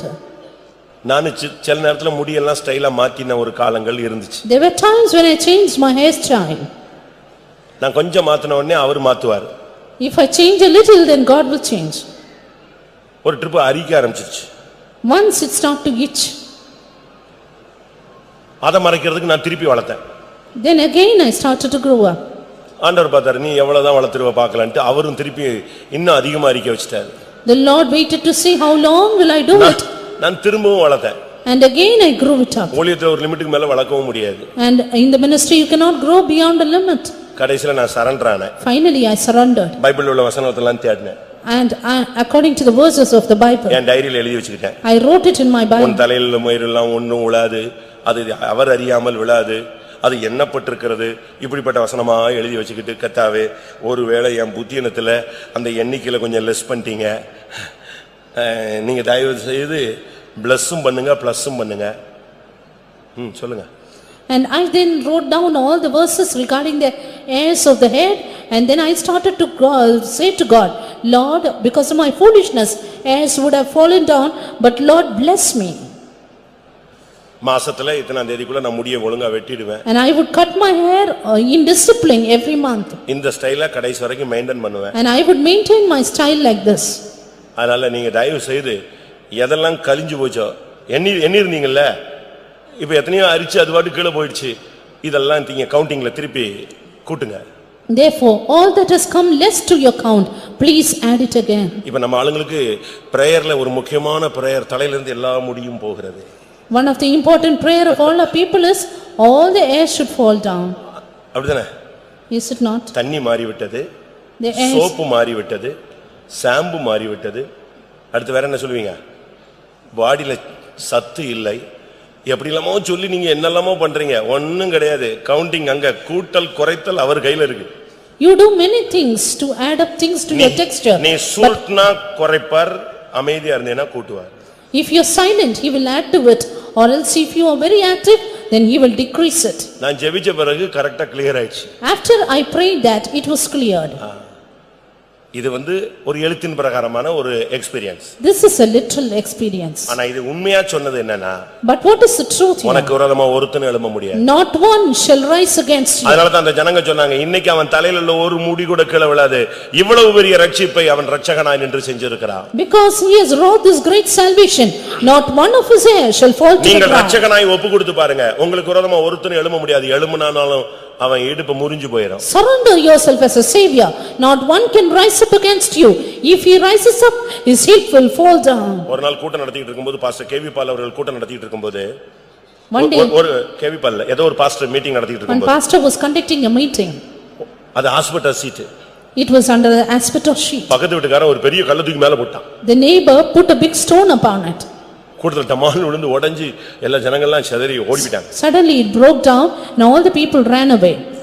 அப்ப உள்ள பாஸ்டர்ஸ்லாம் நம்மள மாதிரி பண்ண சோத்ரம்லாம் நம்ம போறோம். அப்பலாம் அவங்க அப்படி போறது இல்ல. The past- அந்த கல்லை எடுத்துட்டு வந்தாங்க.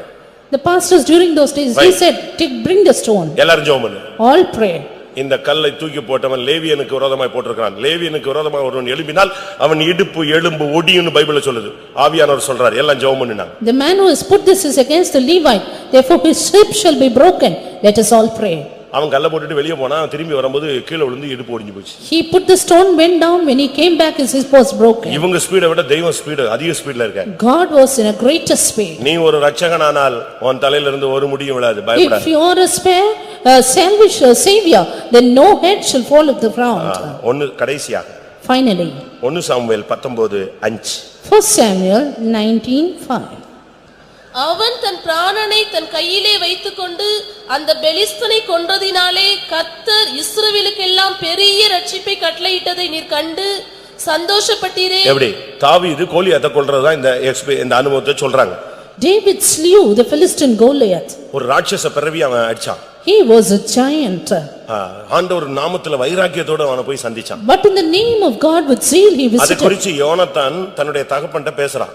About that Jonathan spoke to his அவன் father. தன்னுடைய பிராணனை கையில பிடிச்சுக்கிட்டு போய் அவனை அடிச்சான். He put his life in his hand and slew the Philistine. உனக்கு அபிஷேகம் இருந்துச்சு. You had the anointing. ஆனா நீ அரண்மனையில உட்கார்ந்துகிட்டு யாராவது போய் சண்டை போடுங்க சாவுங்க ஜெயிச்சிட்டீங்கன்னா என் பொண்ணை கட்டி தரேன்னு சொன்ன. ஆனா அவன் அப்படி இல்ல, தான் பிராணனை கையில பிடிச்சிட்டு போய் அடிச்சான். Even though you had the anointing, you sat in the palace to challenge others, but he had the life in his hand and went out. இந்த மார்க்கம் அபிஷேகம் பண்ணப்பட்ட பின்பு உன் பொண்ணுக்கு கல்யாணத்துக்கும் இல்லாவிட்டா குழந்தை பிறக்கிறதுக்கும் ஃபங்க்ஷன் வைக்கிற சபை அல்ல. This is not a church that you have to enjoy with functions and other things for weddings after you are anointed. பிராணனை பிடித்துக் கொண்டு இந்த மார்க்கத்துல நீ ஜனத்தை ரட்சிக்க வேண்டும், கோலியாத்தை கொல்ல வேண்டும். After you are anointed, you need to put your life in your hand and become a savior for others. இன்னைக்கு எத்தனை பேருக்கு இந்த ரட்சகனுடைய அபிஷேகம் தேவை? How many need the anointing of a savior ஒரு today? வீட்ல 4 பேர் இருந்தா 4 பேர் ரட்சகனா மாறணும். If there are 4 in a family, all the 4 should be saviors. புருஷன் ரட்சிக்கப்படலையா, மனைவி ரட்சகனாய் மாறுங்க. Husband is not saved, why become a உங்க savior? மூலமா எல்லாரும் ரட்சிக்கப்படட்டும். Through him let him be saved. மனைவி ரட்சிக்கப்படலையா, புருஷன் கறந்துட்டு மல்லு கட்டாத, ஜெபம் பண்ணு, கர்த்தர் கொண்டு வந்துருவாரு. The wife is not saved, husband pray, then நீ ஒரு ரட்சகனாய் மாறு. you become a savior. எல்லாரும் கண்களை மூடுவோம். Let's close our eyes. நல்லா நீங்க சத்தியத்தை புரிஞ்சுக்கணும். Understand the truth well. நான் திரும்பவும் சொல்றேன், ஒரு நிமிஷம். Repeating once நீங்க again. ரட்சகனாய் மாறலன்னா சீயோனுக்கோ எருசலேமுக்கோ போய் சேர முடியாது. If you don't become a savior, you cannot reach Zion or Jerusalem. ஒரே ஒரு வசனம். Just one verse. ஓபதியா Obadiah, 21 வசனம். verse 21. இதுதான் highlight. This is the highlight. இந்த வசனம் தான் ரொம்ப முக்கியம். Very important verse. ஓபதியா 21. ஏசாவின் ஓபதியான்னு நீங்க 7 அதிகாரம் இருக்குன்னு நினைச்சிடாதீங்க. அதுக்கு தான் 21 வசனம் சொன்னேன். ஒரே அதிகாரம் தான். ஓபதியா 21 எழுதிக்கோங்க. நீங்க என்னடா 1:21 சொல்ல மாட்டேங்கிறாரு, 3:21 சொல்ல மாட்டேங்கிறாருன்னா இருந்தா தானே சொல்லுவேன். Obadiah verse 21. ஏசாவின் பர்வதத்தை நியாயம் தீர்ப்பதற்காக இரட்சகர்கள் சீயோனின் பர்வதத்தில் வந்து ஏறுவார்கள். ஏசாவின் பர்வதத்தை நியாயம் தீர்க்க இரட்சகர் இயேசு மாத்திரமல்ல, இரட்சகர்கள் சீயோன் பர்வதத்தில் வந்து ஏறுவார்கள். And saviors, not just Jesus alone, shall come up to Mount Zion to judge the mount of Esau. ஆட்டுக்குட்டியானவரோடு சீயோன் மலையில் நிற்க வேண்டுமானால் நீ ஒரு இரட்சகனாய் மாறி இருக்க வேண்டும். If you have to stand with the lamb on Mount Zion, you ought to be a savior. ஆண்டவராகிய இயேசு கிறிஸ்துவினுடைய மனவாட்டியாய் எருசலேமில் நீ அலங்கரிக்க வேண்டுமானால் நீ ஒரு இரட்சகனாய் மாறி இருக்க வேண்டும். If you have to adorn Jerusalem as a bride, then you have to be a savior. இரட்சகர்கள் எருசலேமிலும் சீயோனிலும் வந்து ஏறுவார்கள். Saviors shall come up to Mount Zion in Jerusalem. முழு உலகத்தின் நியாயந்தீர்க்கக்கூடிய தன்மையிலே உட்காருவார்கள். And they will sit up to judge the whole இப்பொழுது world. எல்லாரும் கண்களை மூடுவோம். Now close your eyes. இரட்சகர்களுக்கு மட்டுமே சீயோன் எருசலேம். Zion and Jerusalem for saviors alone. ஒரு சாதாரண ஊழியனுக்கோ விசுவாசிக்கோ அல்ல. Not for an ordinary servant of God. வேதம் சொல்லுகிறது இரட்சகர்கள் சீயோன் பர்வதத்தில் வந்து ஏறுவார்கள். Saviors shall come up to Mount Zion. எவ்வளவு அருமையான தேவனுடைய வார்த்தை. What a beautiful word of God. ஆண்டவர் எவ்வளவு தேவனுடைய திட்டத்தை வைத்திருக்கிறார். How much plan God is having for us. அப்பொழுது ராஜ்யம் கர்த்தருடையதாய் மாறும். Then the kingdom shall be the Lord's. அந்த வசனம் அழகாக சொல்லுகிறது. The word says. ஏசாவின் பர்வதத்தை நியாயந்தீர்ப்பதற்காக இரட்சகர்கள் சீயோன் பர்வதத்தில் வந்து ஏறுவார்கள். அப்பொழுது ராஜ்யம் கர்த்தருடையதாய் மாறும். Saviors shall come up to Mount Zion to judge the mount of Esau, and the kingdom shall be the நீயும் Lord's. நானும் இரட்சகனாய் மாறி சீயோனாய் எருசலேமாய் மாறும் பொழுது தேவன் தன்னுடைய ராஜ்யத்தில் வருவார், மகிமையில் வருவார். You and me, when we become Zions and reach Mount Zion, our Jesus will come down. உங்களில் எத்தனை பேர் இரட்சகராய் மாறக்கூடிய அபிஷேகத்தை பெற்றவர்கள்? Yes, how many have received the anointing? நீங்கள் சாதாரணமானவர்கள் அல்ல. You are no ordinary ones. எல்லாரும் கண்களை மூடி முழங்கால் படியிடுவோம். Close your eyes, be on your knees. இரட்சகனுடைய அபிஷேகம் உள்ளவர்கள் முழங்கால் போடுங்கள். Those who- இரட்சகனாய் மாற விரும்புகிறவர்களும் முழங்கால் படியிடுங்கள். Those who have the anointing of saviors, those who have desire to become a savior, be on your knees. நார்மலா ஒரு பிலிவரா ஊழியனா இருக்காத. Don't be an ordinary believer or servant of God. இன்றைக்கு உன்னுடைய ஜெபம் மற்றவர்களை ரட்சிக்கட்டும். Today, your prayer, let it save others. அநேக பாவிகளை நீங்கள் கர்த்தருடைய பக்கமாய் திருப்புங்கள். May you convert many sinners to the Lord. கட்டப்பட்ட ஜனங்களை விடுவியுங்கள். Relieve the blinded ones. பிசாசின் பிடியில் இருக்கிற ஜனங்களை விடுவியுங்கள். Relieve the captivated ones. ஒடுக்குகிற சக்திகளிலிருந்து ஜனங்களை விடுவியுங்கள். Relieve the people from oppressors. இயேசுவை போல நாமும் இரட்சகர்களாய் மாறுவோம். Let us become saviors like Jesus. நீ ஒரு வழிப்போக்கன் அல்ல. You are no wayfaring நீ ஒரு man. பரதேசி அல்ல. You are not a நீ stranger. ஒரு இரட்சகன். You are a savior. ஆம், நான் ஒரு இரட்சகன் என்பதை வேத வசனத்தில் விளங்கிக் கொண்டேன் சொல்றவங்க உங்களுடைய வலது கரத்தை உயர்த்துங்கள். Those who say, I understand I am a savior, lift up your right hand. இதுவரை நீ மௌனமாய் இருந்திருக்கலாம். Hitherto you would have been silent. இதுவரை நீ கண்சாடையாய் இருந்திருக்கலாம். Hitherto you would have been இதுவரை நீ பொறுப்பற்றவனாய் இருந்திருக்கலாம். Hitherto with no இதுவரை responsibility. நீ கவலையற்றவனாய் இருந்திருக்கலாம். Hitherto with no இதுவரை carefulness. உன்னுடைய அபிஷேகத்தை குறித்த ஒரு தெளிவான அறிவு உனக்கு இல்லாமல் இருந்திருக்கலாம். Hitherto with no clear O, understanding. இன்றைக்கு கர்த்தர் உன்னோடு பேசுகிறார். Today the Lord is speaking. என் மகன், ஓ என் மகனே, My son, என் மகளே, my daughter, ஒத்னியேலே, Othniel, தாவீதே, David, Ehud, Yehud, யோவாகாஸ், and Joahaz. நான் உன்னை இரட்சகனாய் அபிஷேகம் பண்ணுகிறேன். I have appointed you saviors ஜனங்களை விடுவியுங்கள். to deliver the people. பரிசுத்தர்களாய் மாறுங்கள். Be holy. ஜெப வீரர்களாய் Be மாறுங்கள். prayer warriors. கர்த்தருக்காய் நீங்கள் பிடிக்கப்பட்டவர்கள். You are appointed for your word. எத்தனை பேர் இந்த வசனத்துக்கு உங்களை ஒப்பு கொடுக்கிறீங்க? How many will surrender? எனக்கு இந்த கூட்டத்துல யாரும் எழும்ப கூடாது. ஒரு 5 நிமிஷம் உனக்கு ஒரு அபிஷேகம், அது இரட்சகனுடைய அபிஷேகமா இருக்கணும். Just 5 minutes. Receive the anointing of a savior. நீ சின்ன பையனா பிள்ளையா இருக்கலாம். You may be a little boy or girl. இல்ல ஊழியக்காரங்க விசுவாசியா இருக்கலாம். You may be a servant of God, a இல்ல believer. புதுசா கூட நீங்க வந்திருக்கலாம். You may be a fresh என்னவோ coming. பிரசங்கம் பண்றாங்களே ரட்சகன் ரட்சகன், அப்படி ஒரு ஆவி இருந்துச்சுன்னா அந்த அபிஷேகம் என் மேல வரட்டும் சொல்லுங்க. Lord, if there is a spirit of a savior, let that spirit come upon me. நீ இன்னைக்கு ரட்சகனாய் மாறினார். Become a savior உன்னை today. கொண்டு மகத்தான காரியங்களை தெய்வம் செய்வது மாத்திரமல்ல, Not only God doing great things to you. இயேசு மகிமையிலே வரும் பொழுது நீ சீயோனில் எருசலேமில் வந்து ஏறுவாய். When Jesus comes in glory, you will come up to Mount எல்லாரும் Zion. ரட்சகனுடைய அபிஷேகத்துக்காக காத்திருப்போம். Wait for the anointing of savior. கர்த்தர் இன்னைக்கு உன்னை எழும்ப பண்ணுகிறார். May the Lord raise you up. நீ மௌனமாய் இராதே. Don't be silent. நல்லா புரிஞ்சுக்கோங்க. Understand well? இந்த பிரசங்கத்தை கேட்டுட்டு நீ டம்மியா போனீனா, After hearing this sermon, if you are dummy, வெறுமையா நீ போனீனா, if you return empty, ஒரு அந்நியனை போல நீ போனீனா, if you return a stranger, இதே போன்ற ஒரு சம்பவம் எஸ்தருக்கு நடந்துருமோன்னு சொல்லி மொர்தெகாய் பயந்தான். Mordecai feared if Esther would face that. மொர்தெகாய் போய் எஸ்தர்ட்ட பேசினான். He went and talked to Esther. உனக்கு ராஜஸ்திரீ தான், You are a king's daughter. உனக்கு ரதம் இருக்கு, You have மதிப்பு chariots. இருக்கு, You have militaries. மரியாதை இருக்கு, You have everything. சிங்காசனம் இருக்கு. You have throne. ஆனா நீ இந்த காலத்துல நீ மௌனமா இருந்தீனா But if you hold your ரட்சிப்பு peace at வேற this ஒரு time, இடத்துல இருந்து வரும்.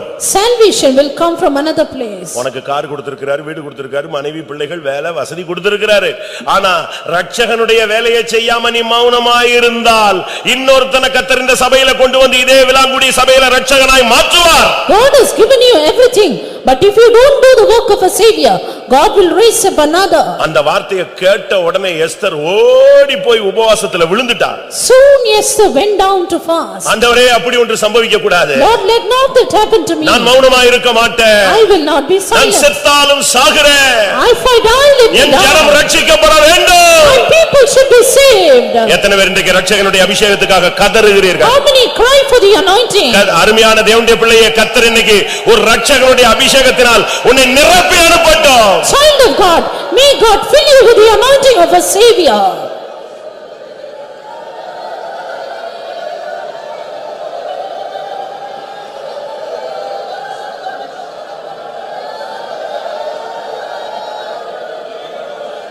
எனக்கு திட்டத்தையும் ஒரு விசை கிருபையாய் விளங்கிக் கொண்டேன்.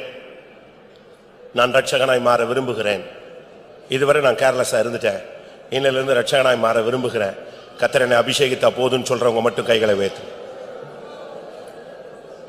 நான் சொல்றது ஒரு எமோஷனுக்கோ இல்ல உங்களை அப்படி துள்ளிச்சாட வைக்கிறதுக்கோ சொல்றது இல்ல. வசனத்தை மட்டும்தான் சொல்றேன். கர்த்தருடைய மனசை மட்டும்தான் சொல்றேன். அவருடைய வாஞ்சையை மட்டும்தான் சொல்றேன். அவர் இந்த சபையில ஒரு கூட்ட ரட்சகர்களை எழுப்பணுங்கிற திட்டத்தை வைத்திருக்கிறார் என்று நான் உங்களுக்கு சொல்லுகிறேன். இன்னைக்கு இந்த வசனம் உனக்காக அனுப்பப்பட்டதானால் அந்த வசனத்துக்குரிய அபிஷேகம் உன் மேல இறங்கும். ஹல்லேலூயா, ஆமென். நீங்க யாரா இருந்தாலும் இன்னைக்கு ஒரு அபிஷேகம், ஒரு விசேஷித்த அபிஷேகம் உன் சிரசின் மேல் இறங்கட்டும். அவன் தலையிலோ என்றால் கிரீடம் பூக்கும்.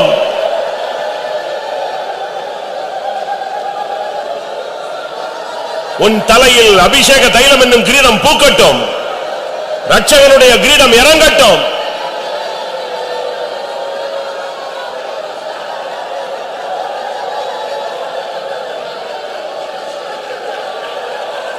திரும்பி போனான், சத்துருவை கீழ்ப்படுத்தினான். திடீரென்று ஒரு நாள் ஏகூத் புறப்பட்டு போனான், சத்துருவை கீழ்ப்படுத்தினான். திடீரென்று ஒரு நாள் யோனத்தான் புறப்பட்டான், ஜெயத்தை கொண்டு வந்தான். ஆடுகளுக்கு பின்னாக திரிந்த தாவீது வந்தான், ராட்சசனை கீழே வீழ்த்தினான். ஆமென். நீ இதுவரை மௌனமாய் இருந்தாய். இல்லை, இனிமேல் உன் மூலமாய் கர்த்தர் செய்யும் காரியம் பயங்கரமாய் இருக்கும்.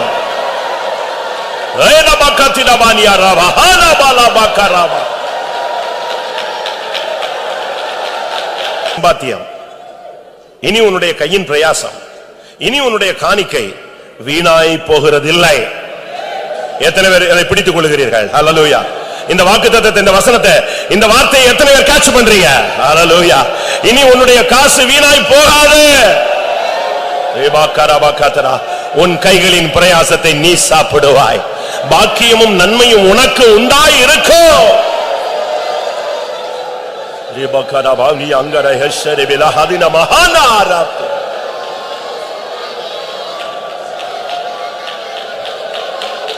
சொல்றேன், ரட்சகனுடைய அபிஷேகம் உனக்கு இன்னைக்கு கிடைச்சதுன்னா உனக்கு ஜென்ம சுபாவத்தில் விடுதலை கிடைக்கும். ரட்சகனுடைய அபிஷேகம் கிடைச்சதுன்னா இச்சை, எண்ணம், தோல்விகள் எல்லாவற்றிலும் உனக்கு ஜெயம் கிடைக்கும். எத்தனை பேருக்கு அது ஆசை? எத்தனை பேருக்கு அது ஆசை? ஆமென். இன்னைக்கு ஜென்ம சுபாவத்தில் உனக்கு விடுதலை. நீ வேணா சேலஞ்ச் பண்ணி பாரு, இந்த அபிஷேகம் உன்னை மாற்றும். ஹல்லேலூயா. நீ உலகத்தை ஜெயிப்பாய், மாம்சத்தை ஜெயிப்பாய், பிசாசை ஜெயிப்பாய். அந்த வல்லமையை கேட்டு பெற்றுக்கொள்.